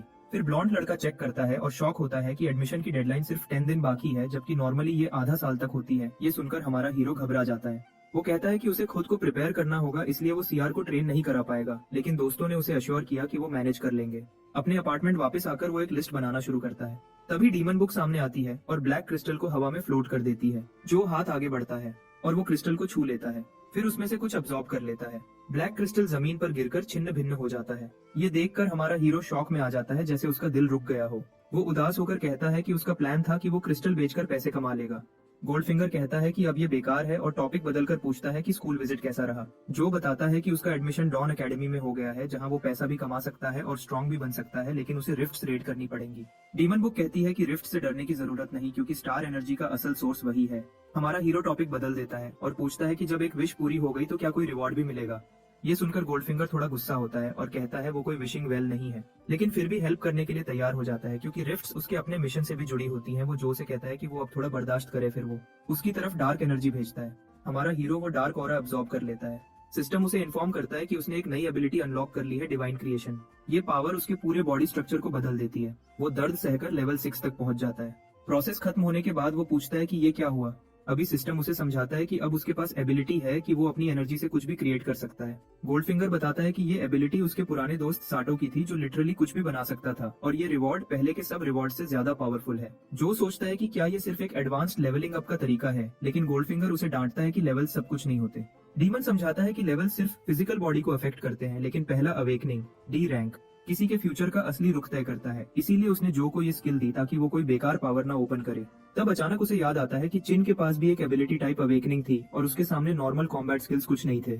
फिर गोल्डफिंगर उससे बताता है कि रिफ्ट में घुसना सिर्फ ताकत का काम नहीं है, वहाँ दिमाग और हिम्मत दोनों चाहिए। वो उससे कहता है कि ये नई स्किल सिर्फ तब पावरफुल होगी जब उसका माइंडसेट सही होगा, और फिर उससे बोलता है कि चलो अब टेस्ट करके दिखाओ। जो नोटिस करता है कि उसके बॉडी का पूरा स्ट्रक्चर बदल गया है। अब उससे स्टार एनर्जी अब्सॉर्ब होती फील ही नहीं हो रही और सिस्टम पैनल बिल्कुल गेम इंटरफेस जैसा लग रहा था। जो अपने सिस्टम पैनल को देखता है और सोचता है कि शायद इसमें एक शॉप फीचर भी होगा, जहाँ से वो चीजें खरीद सकेगा, जैसे गेम के अंदर आइटम्स मिलते हैं। लेकिन जब वो चेक करता है तो शॉप का ऑप्शन लॉक होता है, और सिर्फ शॉप नहीं बल्कि कई और फीचर्स भी लॉक होते हैं, और वो तब तक ओपन नहीं होंगे जब तक वो और लेवल अप नहीं करता। वो लेवल अप स्क्रीन चेक करता है जहां साइड पे मिशंस दिए हुए हैं, मगर उसके पास सोल पॉइंट्स कम है, इसलिए वो स्टार्ट नहीं कर सकता। गोल्डफिंगर गुस्सा होकर उससे पूछता है कि वो इतना टाइम क्यों ले रहा है, तो जो कहता है कि रिफ्ट में जाए बिना वो लेवल अप नहीं कर सकता और अभी वो इतना स्ट्रांग नहीं है। डीमन बुक उसका मजाक उड़ा के कहती है कि लगता है हमारा हीरो इतना भी काम का नहीं निकला। तभी एक नई सिस्टम विंडो खुल जाती है जिसमें लिखा होता है कि एक और विश पूरी हो गई है। उसका बॉडी चमकने लगता है और उसे नया रिवॉर्ड मिलता है, मेज आर्मा। ये एक यूनिक ग्रेड आर्मर होता है, यानी एक चमकता हुआ मेटल का स्वीट, जो समन होने पर उसके अराउंड शील्ड बना देता है और अटैक और डिफेंस दोनों बढ़ा देता है। जो खुशी से झूम उठता है और गोल्डफिंगर इमोशनल हो जाता है और कहता है कि उसने अपनी बची हुई सारी पावर यूज दे दी है, अब आगे का सफर जो का है। अगले दिन प्रिंसिपल उससे पूछता है कि वो इतनी जल्दी क्यों निकल रहा है, तो जो कहता है कि डॉन एकेडमी सिर्फ एक दिन की दूरी पे है, लेकिन वो पहले पहुंचना चाहता है। वो प्रिंसिपल के हाथ एक चिट्ठी देता है कि ये उसकी बहन को हॉस्पिटल में देनी है और उसका ख्याल रखना है। प्रिंसिपल कहता है कि वो खुद क्यों नहीं मिलता, तो जो थोड़ा सीरियस होकर बोलता है कि अभी हालात ऐसे नहीं है। प्रिंसिपल ज्यादा सवाल नहीं करता और मुस्कुराता है और प्रॉमिस करता है कि वो देख लेगा। सब उसे फेयरवेल देते हैं और जो उन्हें वेव करके अपनी नई जर्नी स्टार्ट करता है। एयरपोर्ट पहुंचकर वो रिसेप्शनिस्ट से वीजा और टिकट मांगता है मिड लेवल एरिया के लिए। रिसेप्शनिस्ट पूछती है कि वेकेशन टाइम में वो वहाँ क्यों जा रहा है, तो जो कहता है कि उसे एडमिशन मिला है। वो डॉन एकेडमी का कार्ड दिखाता है। रिसेप्शनिस्ट उस कार्ड को देखकर शॉक हो जाती है और वो सोचती है कि ऐसा कार्ड उसने अपनी लाइफ में कभी नहीं देखा। वो थोड़ा देर तक उसे देखती रहती है और जो कंफ्यूज होता है कि क्या हो रहा है। फिर वो जल्दी से सॉरी बोलती है और कहती है कि कार्ड ही काफी है, एडमिशन लेटर की जरूरत नहीं। और फिर एक्सप्लेन करती है कि उसके लेवल के लोगों को टिकट भी नहीं चाहिए, बस रिटर्न के लिए ले लेगा। थोड़ी देर बाद वो फ्लाइट में होता है। फर्स्ट क्लास सीट पे बैठ के वो रिलैक्स करता है और सोचता है कि शायद ये भी डॉन एकेडमी के स्पेशल प्रिविलेज का पार्ट है। विंडो के बाहर देखकर वो सोचता है कि ये नई जगह उसके सपनों के जैसी होगी या नहीं। फिर मुस्कुराता है और फ्लाइट का सफर एंजॉय करता है। जब डॉन ब्रेकर एकेडमी पहुंचता है तो उसे एनवायरनमेंट अजीब लगता है, इतना पीसफुल और काम माहौल होता है। वो रजिस्ट्रेशन डेस्क के पास जाके अपना नाम लिखवाता है। जब रिसेप्शनिस्ट को पता चलता है कि वो जो चैन है, तो वो तुरंत खुशी से खड़ा हो जाता है और कहता है कि कोई उसका इंतजार कर रहा था, तो वो खुद उसे वहां ले जाएगा। जो थोड़ा हैरान होता है और सोचता है वो इतना इंपॉर्टेंट कब बन गया। रिसेप्शनिस्ट उसे एकेडमी के अंदर ले जाता है और उसे एक बड़े स्टोन मॉन्यूमेंट के पास ले आता है जहाँ कुछ खास लिखा हुआ होता है। रिसेप्शनिस्ट उसे एक बड़े स्टोन मॉन्यूमेंट के पास ले जाता है और कहता है कि अपना कार्ड इस पर रखो। जो थोड़ा कंफ्यूज होता है लेकिन फिर भी करता है। जैसे ही वो कार्ड मॉन्यूमेंट पर रखता है एक ब्राइट लाइट चमकती है और अगले ही पल उसे लगता है जैसे दुनिया घूम गई हो। वो और रिसेप्शनिस्ट दोनों टेलीपोर्ट हो जाते हैं सीधा एकेडमी के अंदर। ये एक्सपीरियंस देखकर जो बिल्कुल स्पीचलेस रह जाता है। उसे यकीन नहीं होता कि ऐसी टेक्नोलॉजी भी होती है। कुछ देर बाद रिसेप्शनिस्ट उसे एकेडमी के अंदर ले जाता है। वहाँ वो उस शख्स से मिलवाता है जो उसका इंतजार कर रहा था। वो एक खूबसूरत लड़की होती है जिसके लंबी सफेद बाल होते हैं, लिन अन। वो मुस्कुराते हुए पूछती है कि क्या जो उसे याद करता है। जो कहता है हाँ, और ये भी बताता है कि वो उसका शुक्रिया अदा करना चाहता था। उसे यह जानकर हैरानी होती है कि लिन एक्चुअली उसकी सीनियर है। जब रिसेप्शनिस्ट चला जाता है तो दोनों अकेले रह जाते हैं। जो सोचता है कि लिन इतनी बेचैन क्यों लग रही है उससे मिलने के लिए, लेकिन तभी एक लड़का क्विमिंग चंग उनके बीच आ जाता है और जो का रास्ता रोक लेता है। लिन गुस्से से उसे कहती है कि मेहमान के साथ तमीज से बात करो। फिर वो जो को एक बात करने के लिए बुलाती है, लेकिन जो कहता है कि बात शॉर्ट रखें। तो लिन सीधा उसे एक ऑफर देती है कि वो उसका ग्रुप ज्वाइन करे तो वो बदले में उसे 30 मिलियन देंगे। ये सुनकर जो के होश उड़ जाते हैं। उसे यकीन नहीं होता कि ये इतना बड़ा अमाउंट है। क्वाइमिंग भी शॉक्ड होता है और लिन से पूछता है कि क्या वो पागल हो गई है। लिन उसे घूरकर कहती है कि किसने उसे डिसीजन लेने का हक दिया है। क्वाइमिंग उसे समझाने की कोशिश करता है, लेकिन अंदर से सोचता है कि लिन इस लड़के को डिफेंड क्यों कर रही है। लिन फिर जो की तरफ मुड़ती है और कहती है कि 30 मिलियन उसका फाइनल ऑफर है। जो सोचता है कि ये ऑफर लेना चाहिए या नहीं, क्योंकि उसके पास सिर्फ ई रैंक का स्किल है। लेकिन उसके जवाब देने से पहले ही एक अनाउंसमेंट होती है कि सब नए स्टूडेंट्स असेंबली हॉल में आ जाएं। लिन उसे कहती है कि ऑफर के बारे में सोच ले, ये उसके लिए एक बड़ा मौका हो सकता है। जो कहता है कि वो जरूर सोचेगा और लिन उसे असेंबली हॉल तक छोड़ने जाती है। असेंबली हॉल में सब नए स्टूडेंट्स जमा होते हैं। वहाँ एक लड़का होता है जिसके गोल्डन बाल होते हैं और वो अपने आप को सबसे सुपीरियर समझता है। वो जाने अनजाने में जो के पास बैठ जाता है ताकि कंपैरिजन हो सके। उस लड़के के इरादे बिल्कुल साफ नहीं होते। वो लिन पर कब्जा करना चाहता है और उससे शादी करके अपनी फैमिली की पावर बढ़ाना चाहता है। ओरिएंटेशन स्टार्ट होती है और इंस्ट्रक्टर जांगहुई स्टेज पर आता है। वो अपना तारुफ करता है और सब स्टूडेंट्स को कंग्रेचुलेशंस देता है कि उन्होंने डॉन ब्रेकर एकेडमी में एडमिशन ले लिया। वो कहता है कि सब जीनियस हैं, लेकिन अभी ये लोग सिर्फ फ्रेशमैन हैं। फिर वो वार्न करता है कि अब इन्हें फिशर का सामना करना होगा। फिशर एक ऐसी जगह है जहाँ मॉन्स्टर्स होते हैं, ऑरेकल्स इन्हें हंट करते हैं, लेकिन कभी कभी खुद भी शिकार बन जाते हैं। इंसानी हथियार वहाँ काम नहीं करते, सिर्फ स्ट्रॉन्ग कोर पावर और फिशर मटेरियल के वेपन्स यूजफुल होते हैं। डॉन ब्रेकर एकेडमी ऐसे टॉप ऑरेकल्स को ट्रेन करती है जो इन फिशर्स के खिलाफ डिफेंस लाइन बन सके। जांग हुई सबको कहता है कि लाइब्रेरी जाकर और नॉलेज लो, और फिर उन्हें ट्रेनिंग हॉल में कॉम्बैट प्रैक्टिस के लिए भेज देता है। इंस्ट्रक्टर उन्हें बताता है कि स्टूडेंट्स अपना स्केड्यूल खुद बना सकते हैं, लेकिन उन्हें वार्निंग भी देता है कि यहाँ सिर्फ वही टिकता है जो एकेडमी के टफ रूल्स को अडेप्ट करे और स्ट्रॉन्ग बने, वरना बेकार समझा जाएगा। इंस्ट्रक्टर सब स्टूडेंट्स को देखता है और नोटिस करता है कि उनके चेहरे पे जरा भी डर नहीं था। तब वो मुस्कुराता है और कहता है कि यही देखना था उसे, मतलब कि सब कॉन्फिडेंट हैं और चैलेंज से नहीं घबरा रहे थे। फिर वो प्राउडली अनाउंस करता है कि फर्स्ट असेसमेंट सक्सेसफुल। सब स्टूडेंट्स को रिवॉर्ड के तौर पर एक स्किल स्टोन दिया जाता है। ये एक क्रिस्टल होता है जो किसी कॉम्बैट एबिलिटी को एब्जॉर्ब करने की पावर देता है। इस बार जो एबिलिटी मिली उसका नाम है वाइज आई। ये स्किल स्टूडेंट को ऑटोमेटिक सेंसिंग और फिशर स्क्रिप्ट पढ़ने की एबिलिटी देती है। फिर इंस्ट्रक्टर उन्हें बताता है कि 2 और टेस्ट होंगे। पहला एक एंट्रेंस टेस्ट है जिसमें उन्हें एक लो रैंक फिशर क्लियर करना होगा, और दूसरा टेस्ट ये है कि उन्हें आधे साल के अंदर डी रैंक तक पहुंचना होगा और अपनी पोटेंशियल जगानी होगी। कुछ स्टूडेंट्स ये सुन के पैनिक हो जाते हैं, जबकि कुछ रिलैक्स रहते हैं क्योंकि उन्हें डी रैंक तक पहुंचने का तरीका पता था। इंस्ट्रक्टर उनकी टेंशन देखकर उन्हें अश्योर करता है कि एकेडमी उन्हें सप्लीमेंट्स देगी जो प्रोसेस फास्ट कर देंगे। फिर वो चिल्लाता है सीनियर्स कम इन, और हॉल एकदम साइलेंट हो जाता है क्योंकि सामने आती है एक खूबसूरत लड़की लिनैन, जिसका प्रेजेंस ही सबको इम्प्रेस कर देता है। इंस्ट्रक्टर कहता है कि ये सीनियर्स फ्रेशमैन की टेस्ट में हेल्प करेंगे और स्टूडेंट्स को गाइड करता है कि अपने मेंटर्स चूज करें। सब स्टूडेंट्स लिनैन को देखकर शॉक हो जाते हैं। उन्हें यकीन नहीं होता कि वो उनके सामने खड़ी है। हॉल में हल्की सी फिजा बदलती है, सबका ध्यान चेनहुआ ग्रुप की तरफ जाता है। एक स्टूडेंट खड़ा हो जाता है और इमोशनल टोन में कहता है कि उसने एकेडमी सिर्फ लिनैन की वजह से ज्वाइन की थी और उससे रिक्वेस्ट करता है कि वो उसकी मेंटोर बने। लेकिन लिनैन उसे मना कर देती है, ये कहकर कि वो सिर्फ मैजिक टाइप स्टूडेंट्स को एक्सेप्ट करती है, जबकि वो स्ट्रेंथ टाइप का है। एक और लड़का कह देता है कि वो सिर्फ उनके लिए अपना टाइप बदल लेगा और मैजिक सीखेगा, चाहे वो स्ट्रेंथ मास्टर ही क्यों ना हो। पर लिनैन उसे भी रिजेक्ट कर देती है। वो एक एक करके सब स्टूडेंट्स को मना करती जाती है। उसके स्टैंडर्ड्स बहुत हाई होता है। इंस्ट्रक्टर थोड़ा बेसब्र हो जाता है। वो लिनैन से कहता है कि कम से कम एक फ्रेशमैन तो चूज कर लो, और वार्निंग देता है अगर तुमने एक भी चूज नहीं किया तो एंड में जो स्टूडेंट बचेगा वही तुम्हें डिफॉल्ट के तौर पर असाइन कर दिया जाएगा। उनके बीच में एक गोल्डन बालों वाला लड़का अपने कॉन्फिडेंस के साथ बैठा होता है। उसे पूरा यकीन होता है कि वो उसे ही चूज करेंगे, चाहे लिना ने खुद सेलेक्ट करे या सिस्टम के थ्रू, दोनों में उसकी जीत है। तब हमारा हीरो जो खड़ा होता है और सीधा कह देता है please take me as your mentee. पूरा हॉल चुप हो जाता है। किसी ने एक्सपेक्ट नहीं किया था कि वो ऐसा बोलेगा, लेकिन जब लिनैन कहती है यस, तो सबके मुंह हैरानी में खुले के खुले रह जाते हैं। थोड़ी देर बाद मिशन हॉल में जो उससे पूछता है कि उसने उसे ही क्यों चूज किया और इतनी बड़ी ऑफर एक इनएक्सपीरियंस लड़के को क्यों दे। लिनैन शांत सा स्माइल करती है और उसे कहती है ये मेरे पर्सनल रीजंस है, और कहती है कि उसे सब कुछ टेस्ट के बाद समझ आ जाएगा। लिनन फिर उस टीम का इंट्रोडक्शन करती है जो के अपकमिंग टेस्ट के लिए रेडी की गई है। सुहान सुपरवाइजर है, वो सिर्फ तब इंटरफियर करेगी जब किसी की जान खतरे में हो, वरना उसकी हेल्प करना ऑटोमेटिक फेलियर माना जाएगा। टीम की हीलर लीवे है जो रिकवरी और इंजरीज का ध्यान रखती है। जॉलिन लॉन्ग रेंज अटैकर है, वो दूर से एनिमीज को टारगेट करती है। टीम लीडर ली रुई है जो पूरा फॉर्मेशन कंट्रोल करता है और टैक्टिकल डिसीजंस लेता है।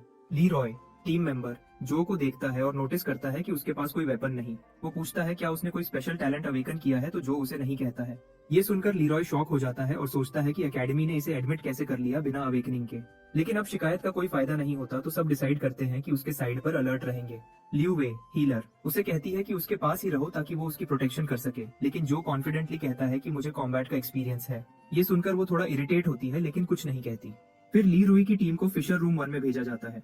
ये फिशर वर्ल्ड ट्री फ्रैगमेंट से ओपन होती है। जैसे ही फिशर ओपन होती है, जो को एक बहुत घनी और डार्क एनर्जी वाली चमक फील होती है। वो दिल में सोचता है कि शायद मुझे यहाँ लेवल अप का की मिल जाए। सब एक गुफा में पहुंचते हैं और लगभग तुरंत ही शैडो डीमन वुल्फ्स का एक पैक उनकी प्रेजेंस फील करता है अपनी तेज घ्राण स्मेल से। वो वुल्फ्स ग्राउल करते हुए उनकी तरफ बढ़ते हैं। लीरॉय और जॉवलिन रेडी हो जाते हैं और तुरंत उन वुल्फ्स पर चार्ज कर देते हैं। वो पूरी कोशिश करते हैं उन्हें मार गिराने की। हीलर लियू वे तुरंत दौड़कर उन दोनों को हील करने जाती है, लेकिन उसे ये नहीं पता होता कि एक बीस्ट उसके बिल्कुल पीछे आ चुकी है। लड़की अपनी किस्मत को बुरा भला कहती है और पलटकर देखती है कि अब तो बस बुरा ही होने वाला है। मगर हमारा हीरो जानवर को ऐसे उड़ा देता है जैसे एक मक्खी हो। वो हीलर से पूछता है तुम ठीक हो, और लड़की मुश्किल से जवाब देती है क्योंकि उसने अभी अभी सब कुछ देखा होता है। उसके सामने नोटिफिकेशन आता है कि उसे 10 सोल्स मिले हैं और वो समझ जाता है कि उसे हर पॉइंट के लिए लड़ना पड़ेगा। उसके चेहरे पे हल्के से स्माइल आ जाता है। वो सोचता है कि स्ट्रॉन्ग मॉन्स्टर्स और ज्यादा सोल्स देंगे और वो उनके पास जल्दी ही जाने वाला है। आगे जावलिन एक वुल्फ की नाक के बीच एक तीर घुसा देता है और हीलर को चिल्लाता है कि जल्दी आओ। ब्लू रश हील एबिलिटी को ट्रिगर करने वाली होती है और वो अपनी एबिलिटी एक्टिवेट कर लेती है और अभी भी सोच रही होती है कि ये न्यूबी इतना स्ट्रॉन्ग कैसे है। ऊपर से सू पूरी फाइट देख रही होती है। वो टीम को असेस कर रही होती है, ये कहते हुए कि टीम स्ट्रॉन्ग तो है पर टीम वर्क बिल्कुल बिगड़ा हुआ है, खासकर उनका गुस्सा वाला कैप्टन का हाई लेवल गियर उसकी स्टूपिडिटी को कवर कर रहा है, पर ये हमेशा काम नहीं करेगा। फिर भी रुई मजे ले रहा होता है और अपनी टीम को गालियां देकर मॉन्स्टर्स को काट रहा होता है। तभी वो अपने पीछे कुछ मूवमेंट महसूस करता है। वो ज्यादा ही कॉकी हो जाता है और सीधा अटैक कर देता है, लेकिन उसकी तलवार उस जानवर से टकराकर वापस उछल जाती है। रॉक वुल्फ्स उस पर तुरंत टूट पड़ते हैं। रूई लड़कियों की तरह चीखता हुआ हेल्प मांग रहा होता है। टीम देख रही होती है कि वो एक पंचिंग टॉय की तरह उलट पलट हो रहा होता है। जेलन सोचता है कि इस इडियट की चीखने की वजह से आसपास के सब मॉन्स्टर्स अलर्ट हो गए। रूई लू को चिल्लाता है कि भाग कर आओ और मुझे हील करो। वो लड़की को गैसलाइट करता है कि अगर वो मर गया तो सब फेल हो जाएंगे। जेलन जोर से कहता है कि लू मत जाओ, लेकिन लू पैनिक में होती है और उसे दिखता ही नहीं कि एक रॉक वुल्फ सीधा उसकी तरफ छलांग लगा रहा है। सू ये सब देखकर टेंस हो जाती है। वो समझ जाती है कि रूई जानबूझकर लड़की को बेट बना रहा है। वो अपनी तलवार को टाइट करके पकड़ती है और सोचती है कि शायद उसे टेस्ट को यहीं खत्म करना पड़ेगा, मगर फिर वो फ्रीज हो जाती है। हमारा लड़का बिल्कुल लास्ट सेकंड पर आकर डाइव करता है। वो लू को पीछे खींचता है और वुल्फ की जॉस को अपने हाथ से थाम लेता है और विदाउट हेजिटेशन उसका जबड़ा तोड़ देता है, जिसकी वजह से उसे 30 सोल्स मिलते हैं। सू समझ जाती है कि जितना टफ बीस्ट होगा उतनी ज्यादा रिवॉर्ड मिलेगी और उसकी डीमन आर्मर के सामने ये बीस्ट कुछ नहीं। वो लड़कियों को ऑर्डर देता है कि मेरे साथ चिपक कर रहो, मैं रास्ता साफ कर रहा हूँ। वो बिना कुछ और समझाए सीधा आगे बढ़ जाता है। तलवार को हाथ में पकड़े वो रॉक वुल्फ्स को चीर कर आगे रास्ते बनाता चला जाता है। वुल्फ्स एक के बाद एक गिरते जा रहे थे। सू हैरान होकर देख रही थी और समझ नहीं पा रही थी कि एक फ्रेशमैन माइकल जैक्सन जैसे मूव्स कैसे कर रहा है। लड़कियां भी यकीन नहीं कर रही थी कि वो सिर्फ रैंक ई है। फिर वो रियलिटी में लौटकर उसके पीछे भागती है। पीछे से मॉन्स्टर्स नजदीक आते देखकर वो उन्हें नीचे गिरने को कहता है और पैक को सुशी बाइट्स की तरह काट देता है। जब फाइट फाइनली खत्म होती है, हमारे हीरो लियू को कहता है कि इंजर्ड को हील करो। लड़कियां अभी भी उसकी स्ट्रेंथ से हैरान थीं।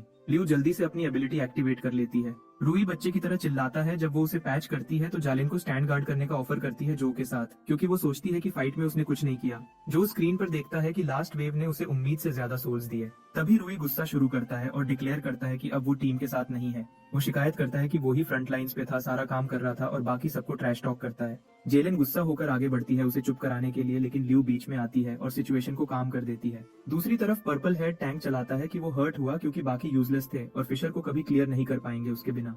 वो स्मर्क करता है सोचकर कि जल्दी ही सब उससे बैक करेंगे और टैंक की इंपॉर्टेंस समझेंगे, मगर उसकी सरप्राइज के लिए हमारा बॉय बस शोल्डर्स पे करता है और कहता है कि वो खुद काम संभालेगा बाकी टीम के साथ। रूई यकीन नहीं करता जो वो सुन रहा है और जो कामली रिपीट करता है कि वो खुद काम संभाल सकता है और ज्यादा सोल्स कमा सकता है। Purple head bread puff up होता है और टॉन्ट करता है कि लास्ट टाइम सिर्फ लकी था और फाइनल बॉस के अगेंस्ट सर्वाइव नहीं कर पाएगा। मगर दोनों लड़कियां तुरंत न्यूबी के साइड में हो जाती हैं, कहती हैं कि वो लाउडमाउथ टैंक से ज्यादा ट्रस्टेबल है। वो फर्म रहती हैं और इंसिस्ट करती हैं कि जो के पास रियल स्किल है और अब क्विटिंग ऑप्शन नहीं है। जेलन अपनी आंखें घुमाती है और शिकायत करती है कि जो मोर डिपेंडेबल है एक क्राई बेबी वाइनिंग से। वो लीड लेती है और फ्रेशमैन को फॉलो करने को कहती है। पर्पल हेड टैंक गुस्से में शेक करता है जैसे वॉशिंग मशीन हो। कुछ ही मोमेंट्स में रॉकवुल्स टनल से चार्ज करते हैं। जेलन अपनी बो निकालती है और क्राउड में एरोज भेजती है। हमारे हीरो उसके बाद रश करता है सब कुछ कट करते हुए और सबको आफ्टर लाइफ भेज देता है। लू स्काउट का रोल लेता है और पीछे से मॉन्स्टर्स के पोजीशंस अनाउंस करता है ताकि कोऑर्डिनेशन बना रहे। किसी ने नोटिस नहीं किया एक शैडो वुल्फ धीरे धीरे नजदीक आ रहा है। जो एक डेड रॉक वुल्फ उठाता है और कैनन बॉल की तरफ फेंकता है और बीस्ट को दूर ब्लास्ट करता है। फिर वो लड़कियों को देखता है और पूछता है कि तुम लोग ठीक हो। लोरिया उसे बताती है कि सब ठीक है और ये मॉन्स्टर अभी के लिए लास्ट था। सब चलते हुए बात करते हैं कि लगभग 50 मॉन्स्टर्स को उन्होंने फिनिश कर दिया और लड़कियों को ये बात बिल्कुल अनबिलीवेबल लगती है। ल्यू जूनियर को प्रेस करती है कि उसने टीम को कैरी किया, लेकिन वो हल्की सी स्माइल करके बोलता है कि ये सब टीम वर्क था। आर्चर आगे पॉइंट आउट करती है और बोलती है कि बॉस का रूम शायद यहीं कहीं सामने होगा। चलते चलते वो जो से पूछती है कि उसके बॉडी पे जो ग्लोइंग पार्ट्स आए थे फाइट के टाइम वो क्या था। हीलर गर्ल को भी ये जानने की क्यूरियोसिटी होती है। जो तुरंत एक झूठ बनाता है और बोलता है कि ये पावर एक दिन अचानक आ गई थी और तब से वो उसे यूज ही कर रहा है। गर्ल्स ब्रेनस्टॉर्म करती हैं और बोलती हैं कि शायद ये अटैचमेंट टाइप पोटेंशियल होगा और हो सकता है उसका अवेकनिंग जल्दी हो गया हो। शेलन कहती है कि उसने पहले अपने पोटेंशियल के बारे में झूठ बोला था, लेकिन ल्यू कहती है कि शायद उसे पता ही नहीं था। वो एक्सप्लेन करती है कि पोटेंशियल्स रिपोर्ट करना जरूरी होता है वरना लोग डिस्क्रिमिनेशन फेस करते हैं और टैंक्स तो बहुत ज्यादा डिमांड में होते हैं। इसी वक्त जो अंदर ही अंदर ये सोचता रहता है कि क्या टीम होना जरूरी भी है, क्योंकि फाइनल शॉट लेकर लड़कियों ने उसके ज्यादा मॉन्स्टर्स चुरा लिए। वो वंडर करता है कि क्या वो अब भी अपना 2000 सोल्स का गोल अचीव कर पाएगा। दूर से सू उनका पीछा कर रही होती है और वो हैरान होती है कि एक फ्रेशमैन इतना स्ट्रॉन्ग और इतना स्मार्ट लीडर कैसे हो सकता है। वो गेस करती है कि इसीलिए लिन ने उसे टीम में डाला था ताकि टीम टेस्ट क्लियर कर सके। पर गेज रूई की तरफ देखता है और सोचता है कि ये बंदा टीम का पीछा करके कौन सा चालाकी वाला प्लान बनाने वाला है। टीम एक ह्यूज क्लियरिंग में एंटर करती है जो बिल्कुल खाली होती है, एक भी मॉन्स्टर नहीं होता। ल्यू सोचती है कि क्या उन्होंने गलती से बॉस को पहले ही फिनिश कर दिया, लेकिन जाओलिन एक्सप्लेन करती है कि अगर ऐसा होता तो पूरा फिशर पहले ही कोलैप्स हो जाता। गर्ल्स एक जगह रुक जाती हैं, उन्हें समझ नहीं आता कि अब क्या करें, सब कुछ अजीब लग रहा होता है। तभी जो की परसेप्शन स्किल एक्टिवेट होती है और वो जोर से चिल्लाता है कि दुश्मन ऊपर है। एक जायंट वुल्फ आसमान से उनकी तरफ जंप करता है और वो मुश्किल से एक्सप्लोजन से बच पाते हैं। आर्चर तुरंत समझ जाती है और जोर से बोलती है कि ये एम्बुश है। धूल धुआं क्लीन होता है और गर्ल्स का चेहरा सफेद पड़ जाता है। उनके सामने 3 ह्यूज शैडो वुल्फ्स खड़े होते हैं और उनका लीडर एक और भी बड़ा रॉक वुल्फ किंग होता है। अचानक सू अपीयर होती है और अनाउंस करती है कि टेस्ट कैंसिल हो गया है, सबको भागना होगा। वो एक्सप्लेन करती है कि ये हाई लेवल मॉन्स्टर्स उनके लेवल से बहुत ऊपर हैं और एबनॉर्मल मैनिपुलेशन उनके एस्टिमेट से भी ज्यादा डेंजरस निकले हैं। वो कहती है कि इन ओपोनेंट्स को हैंडल करना इम्पॉसिबल है, इसलिए एस्केप करने का चांस दे रही है। जो मॉन्स्टर्स को कैंडी की तरह देख रहा होता है और सोचता है कि इन्हें मारकर कितने सोल्स मिलेंगे, लेकिन साथ ही रिस्क कितना एक्सट्रीम है ये भी समझ रहा होता है। तब एक नोटिफिकेशन पॉपअप होता है। मिशन मिलता है कि रॉक वुल्फ को डिफीट करो और कंडीशन होती है कि मिशन अबैंडन नहीं किया जा सकता, मतलब लड़ना ही पड़ेगा। जो के चेहरे पर एक वाइल्ड ग्रिन आ जाती है। वो सू की तरफ मुड़कर बोलता है कि ये मॉन्स्टर्स वो हैंडल करेगा। वो अपना डीमन आर्मर ग्लव समन करता है और डिक्लेयर करता है कि ये मॉन्स्टर्स अब उसके हैं।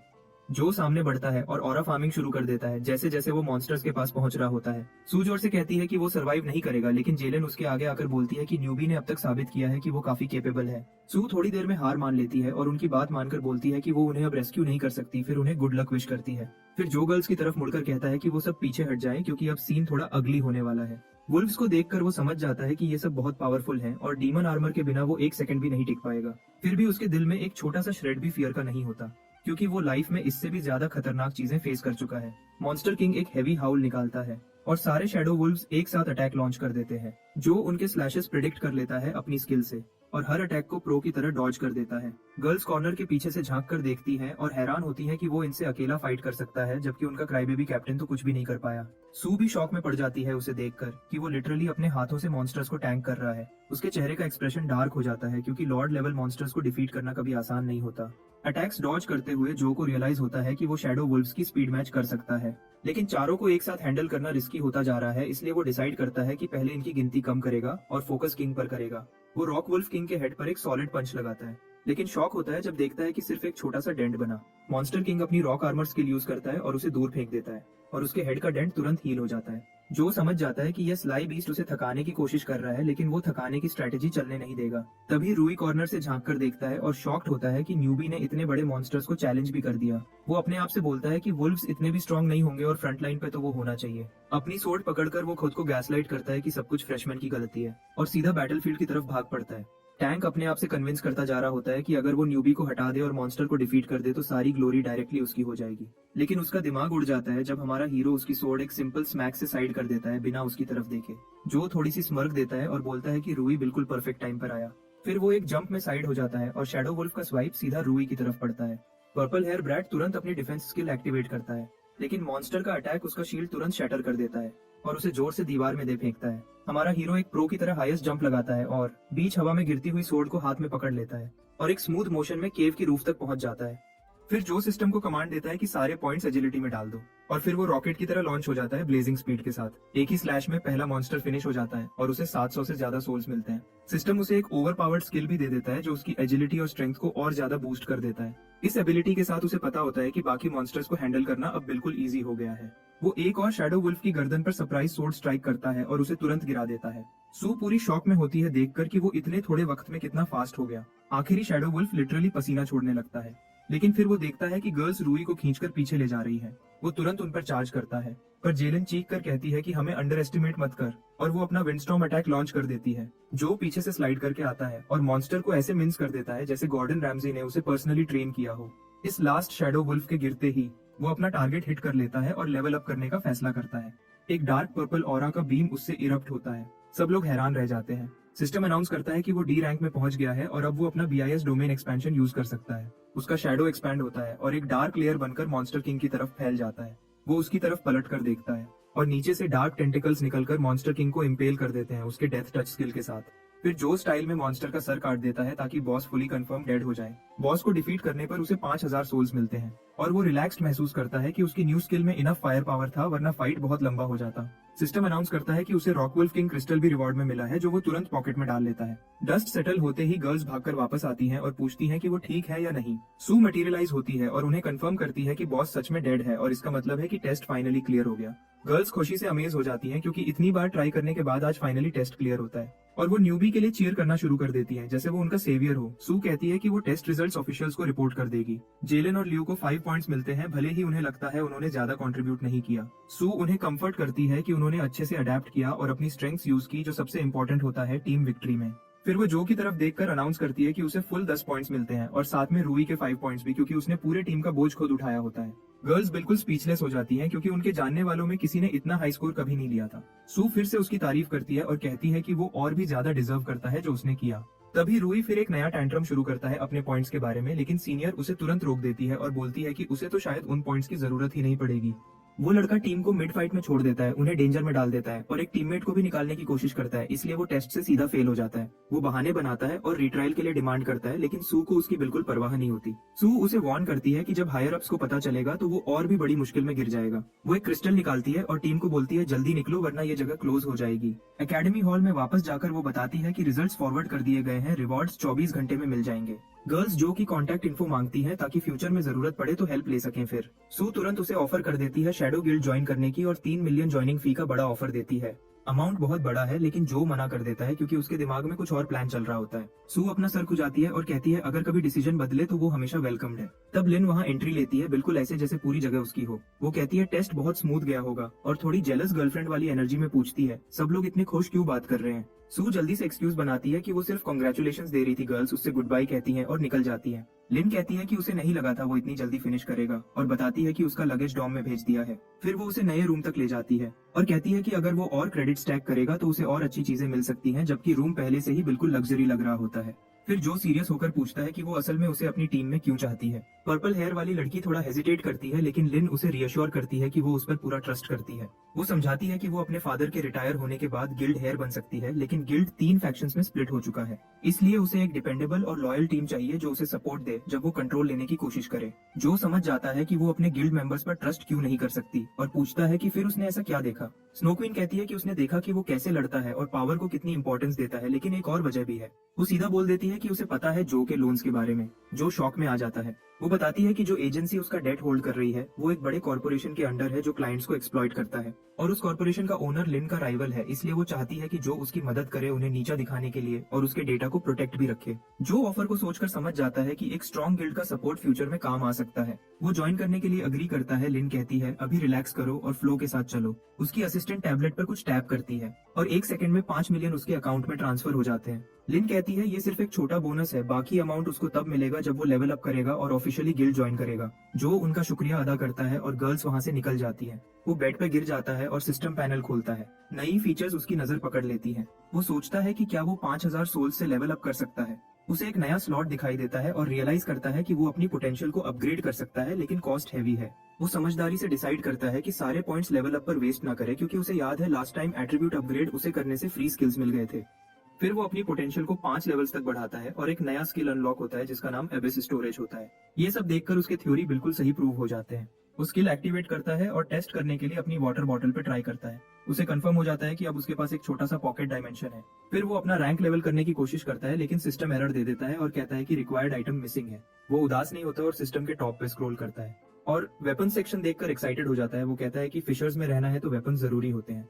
इवन स्कूल स्टूडेंट्स को बेवकूफ बनाता है और प्राइसेस बिल्कुल रिडिकुलस होती हैं। फिर वो एक लॉन्ग सोर्ड खरीद लेता है और उसकी क्वालिटी देखकर हैरान हो जाता है कि कितनी अच्छी है, लेकिन उसके सोल पॉइंट्स फास्ट स्पीड से घट रहे होते हैं, इसलिए वो बाकी पॉइंट्स सेव करने का सोचता है। तभी गोल्डफिंगर अचानक सामने आ जाता है और पूछता है कि उसकी ऑरा में ये कैसा शिफ्ट आया है। जो गर्व से डीमन बुक को बताता है कि उसने अबिस पोटेंशियल अनलॉक कर लिया है और अब वो चीजें स्टोर भी कर सकता है। डीमन हैरान हो जाता है कि इतनी जल्दी कैसे अनलॉक कर लिया, और हमारा लड़का ऐड करता है कि उसने फिशर के अंदर लेवल अप भी किया। गोल्डफिंगर उसे एक जेस्टी स्टेयर देता है और कहता है अब टाइम आ गया है लड़के को काम पे लगाने का। सीन शिफ्ट होती है रैंक चेकिंग डिपार्टमेंट की तरफ। डीमन बुक ऑलरेडी अनॉयड होता है सेटअप देखकर। जो कहता है कि प्रॉपर रजिस्टर होना जरूरी है, वरना वो रिफ्ट्स एक्सप्लोर नहीं कर सकता जैसा प्लान किया था। एक लड़की सामने आती है और कहती है कि अब उसकी टर्न है। वो कंफर्म करती है कि जो न्यू स्टूडेंट है और कहती है कि बहुत कम लोग इतनी जल्दी डी रैंक तक पहुंचते हैं। वो समझाती है कि डिवाइस पोटेंशियल को मेजर करता है और कलर्स से दिखाता है। वो कहती है कि अगर लो आया तो टेंशन मत लेना, क्योंकि बहुत लोग बाद में रीअवेकन होकर रैंक बढ़ाते हैं। वो उससे उसका कार्ड मांगती है ताकि एंग्रेविंग शुरू कर सके और कहती है कि अपना हाथ स्टोन पिलर पे रख दे। हमारे हीरो जैसे ही हाथ रखता है, स्टोन तुरंत अलग अलग कलर्स में चमकने लगता है। लड़की वहीं फ्रीज हो जाती है क्योंकि डिवाइस यूजुअली तुरंत डिसाइड कर लेता है। उसका टैबलेट ब्लैंक होता है, कोई रीडिंग नहीं आ रही होती, इसलिए सीन उसे बिल्कुल समझ नहीं आ रहा होता। फिर पिलर पर्पल फ्लैश छोड़ता है और जो के ऊपर एक डीमन सा शेप अपीयर हो जाता है। ये देखकर वहाँ मौजूद सब लोग अपने आप को शील्ड करते हैं, क्योंकि स्टार एनर्जी बिल्कुल क्रेजी पावर में बर्स्ट हो रही होती है। वो सोच रहे होते हैं ये कैसी शक्ति है। लड़की उसे गौर से देखती रहती है और सोचती है ये किस रैंक की एनर्जी है। फिर वो टैबलेट चेक करती है और बताती है कि जो का रैंक पोजेल दिख रहा है, जो रैंक से ज्यादा एक टाइटल लगता है। वो ब्रीफ करती है कि पहली अवेकनिंग्स मेसी होती हैं बेसिक नेम्स के साथ, लेकिन सेकंड अवेकनिंग्स क्लीन होती हैं प्रॉपर टाइटल्स के साथ, बिल्कुल उसकी तरह। तभी डिपार्टमेंट का चीफ भागता हुआ अंदर आता है और पूछता है क्या हुआ है। लड़की एक्सप्लेन करती है कि ये रिएक्शन जो की पोटेंशियल चेक करते वक्त आया और अपोसल रैंक सामने आई है। चीफ डेटा चेक करता है और कहता है रीडिंग्स एक्यूरेट है और पर्पल रैंक बिल्कुल वैलिड है। वो अपने ईयरपीस में बोलता है कि डेटा को एग्जैक्टली जैसा है वैसा ही रिकॉर्ड करो। लड़की ब्लैक कार्ड वापस लाती है जो अब नए एंग्रेविंग्स और अपडेटेड डिटेल्स के साथ शाइन कर रहा होता है। चीफ कार्ड लेकर जो को दे देता है और कहता है कि उसका पोटेंशियल ऐसा है जैसा किसी ने कभी नहीं देखा। वो कहता है कि अभी वो ये भी नहीं बता सकते कि एक अपोस्टल रैंक किस लेवल पे खड़ा होता है और उन्हें हायर अप्स की कंफर्मेशन चाहिए होगी।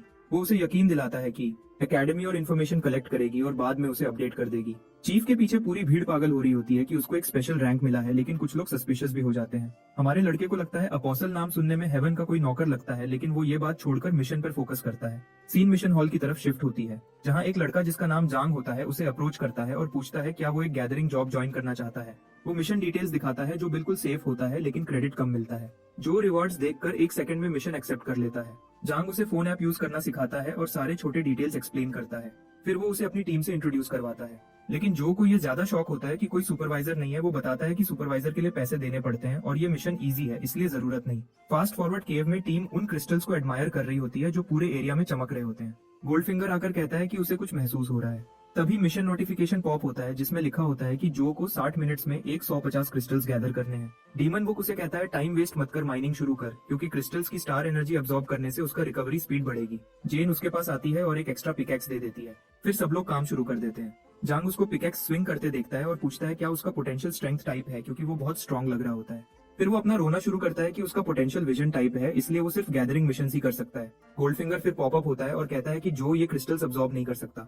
जो इन्वेंटरी चेक करता है, लेकिन सिस्टम दिखाता है कि क्रिस्टल्स बिलोंग नहीं करते, इसलिए वो स्टोर नहीं होंगे। जांग उसको देखता है और एक्सप्लेन करता है कि ये क्रिस्टल्स स्कूल के होते हैं और जो भी चोरी करता है उसके ढोबी घट जैसी पिटाई होती है। जो को समझ आ जाता है कि वो स्टोर नहीं कर सकता और सोचता है 60 मिनट्स में इतने सारे क्रिस्टल्स कलेक्ट कैसे करे। गोल्डफिंगर उसे कोई हेल्प नहीं देता। तभी जमीन हिलने लगती है और सब पैनिक में आ जाते हैं। मास्क्ड गाय आगे पॉइंट करता है जब क्रिस्टल ईटिंग वर्म फटकर बाहर निकलता है और सीधा उनकी तरफ चार्ज करता है। सबको समझ आ जाता है कि माइनिंग ने मॉन्स्टर को अनॉय कर दिया है और सब बिना पीछे देखे भाग जाते हैं। ग्रुप केव में तेजी से रन करता है और बड़ा मॉन्स्टर उनके पीछे होता है। तभी जो डेंजर सेंस करता है। वो जांग को जोर से धक्का देता है और उसे बचाता है जब क्रिस्टल वर्म सीधा जो पर जंप करता है। जांग जमीन पर गिरकर चिल्लाता है क्योंकि हमारा बॉय मॉन्स्टर के नीचे गायब हो जाता है।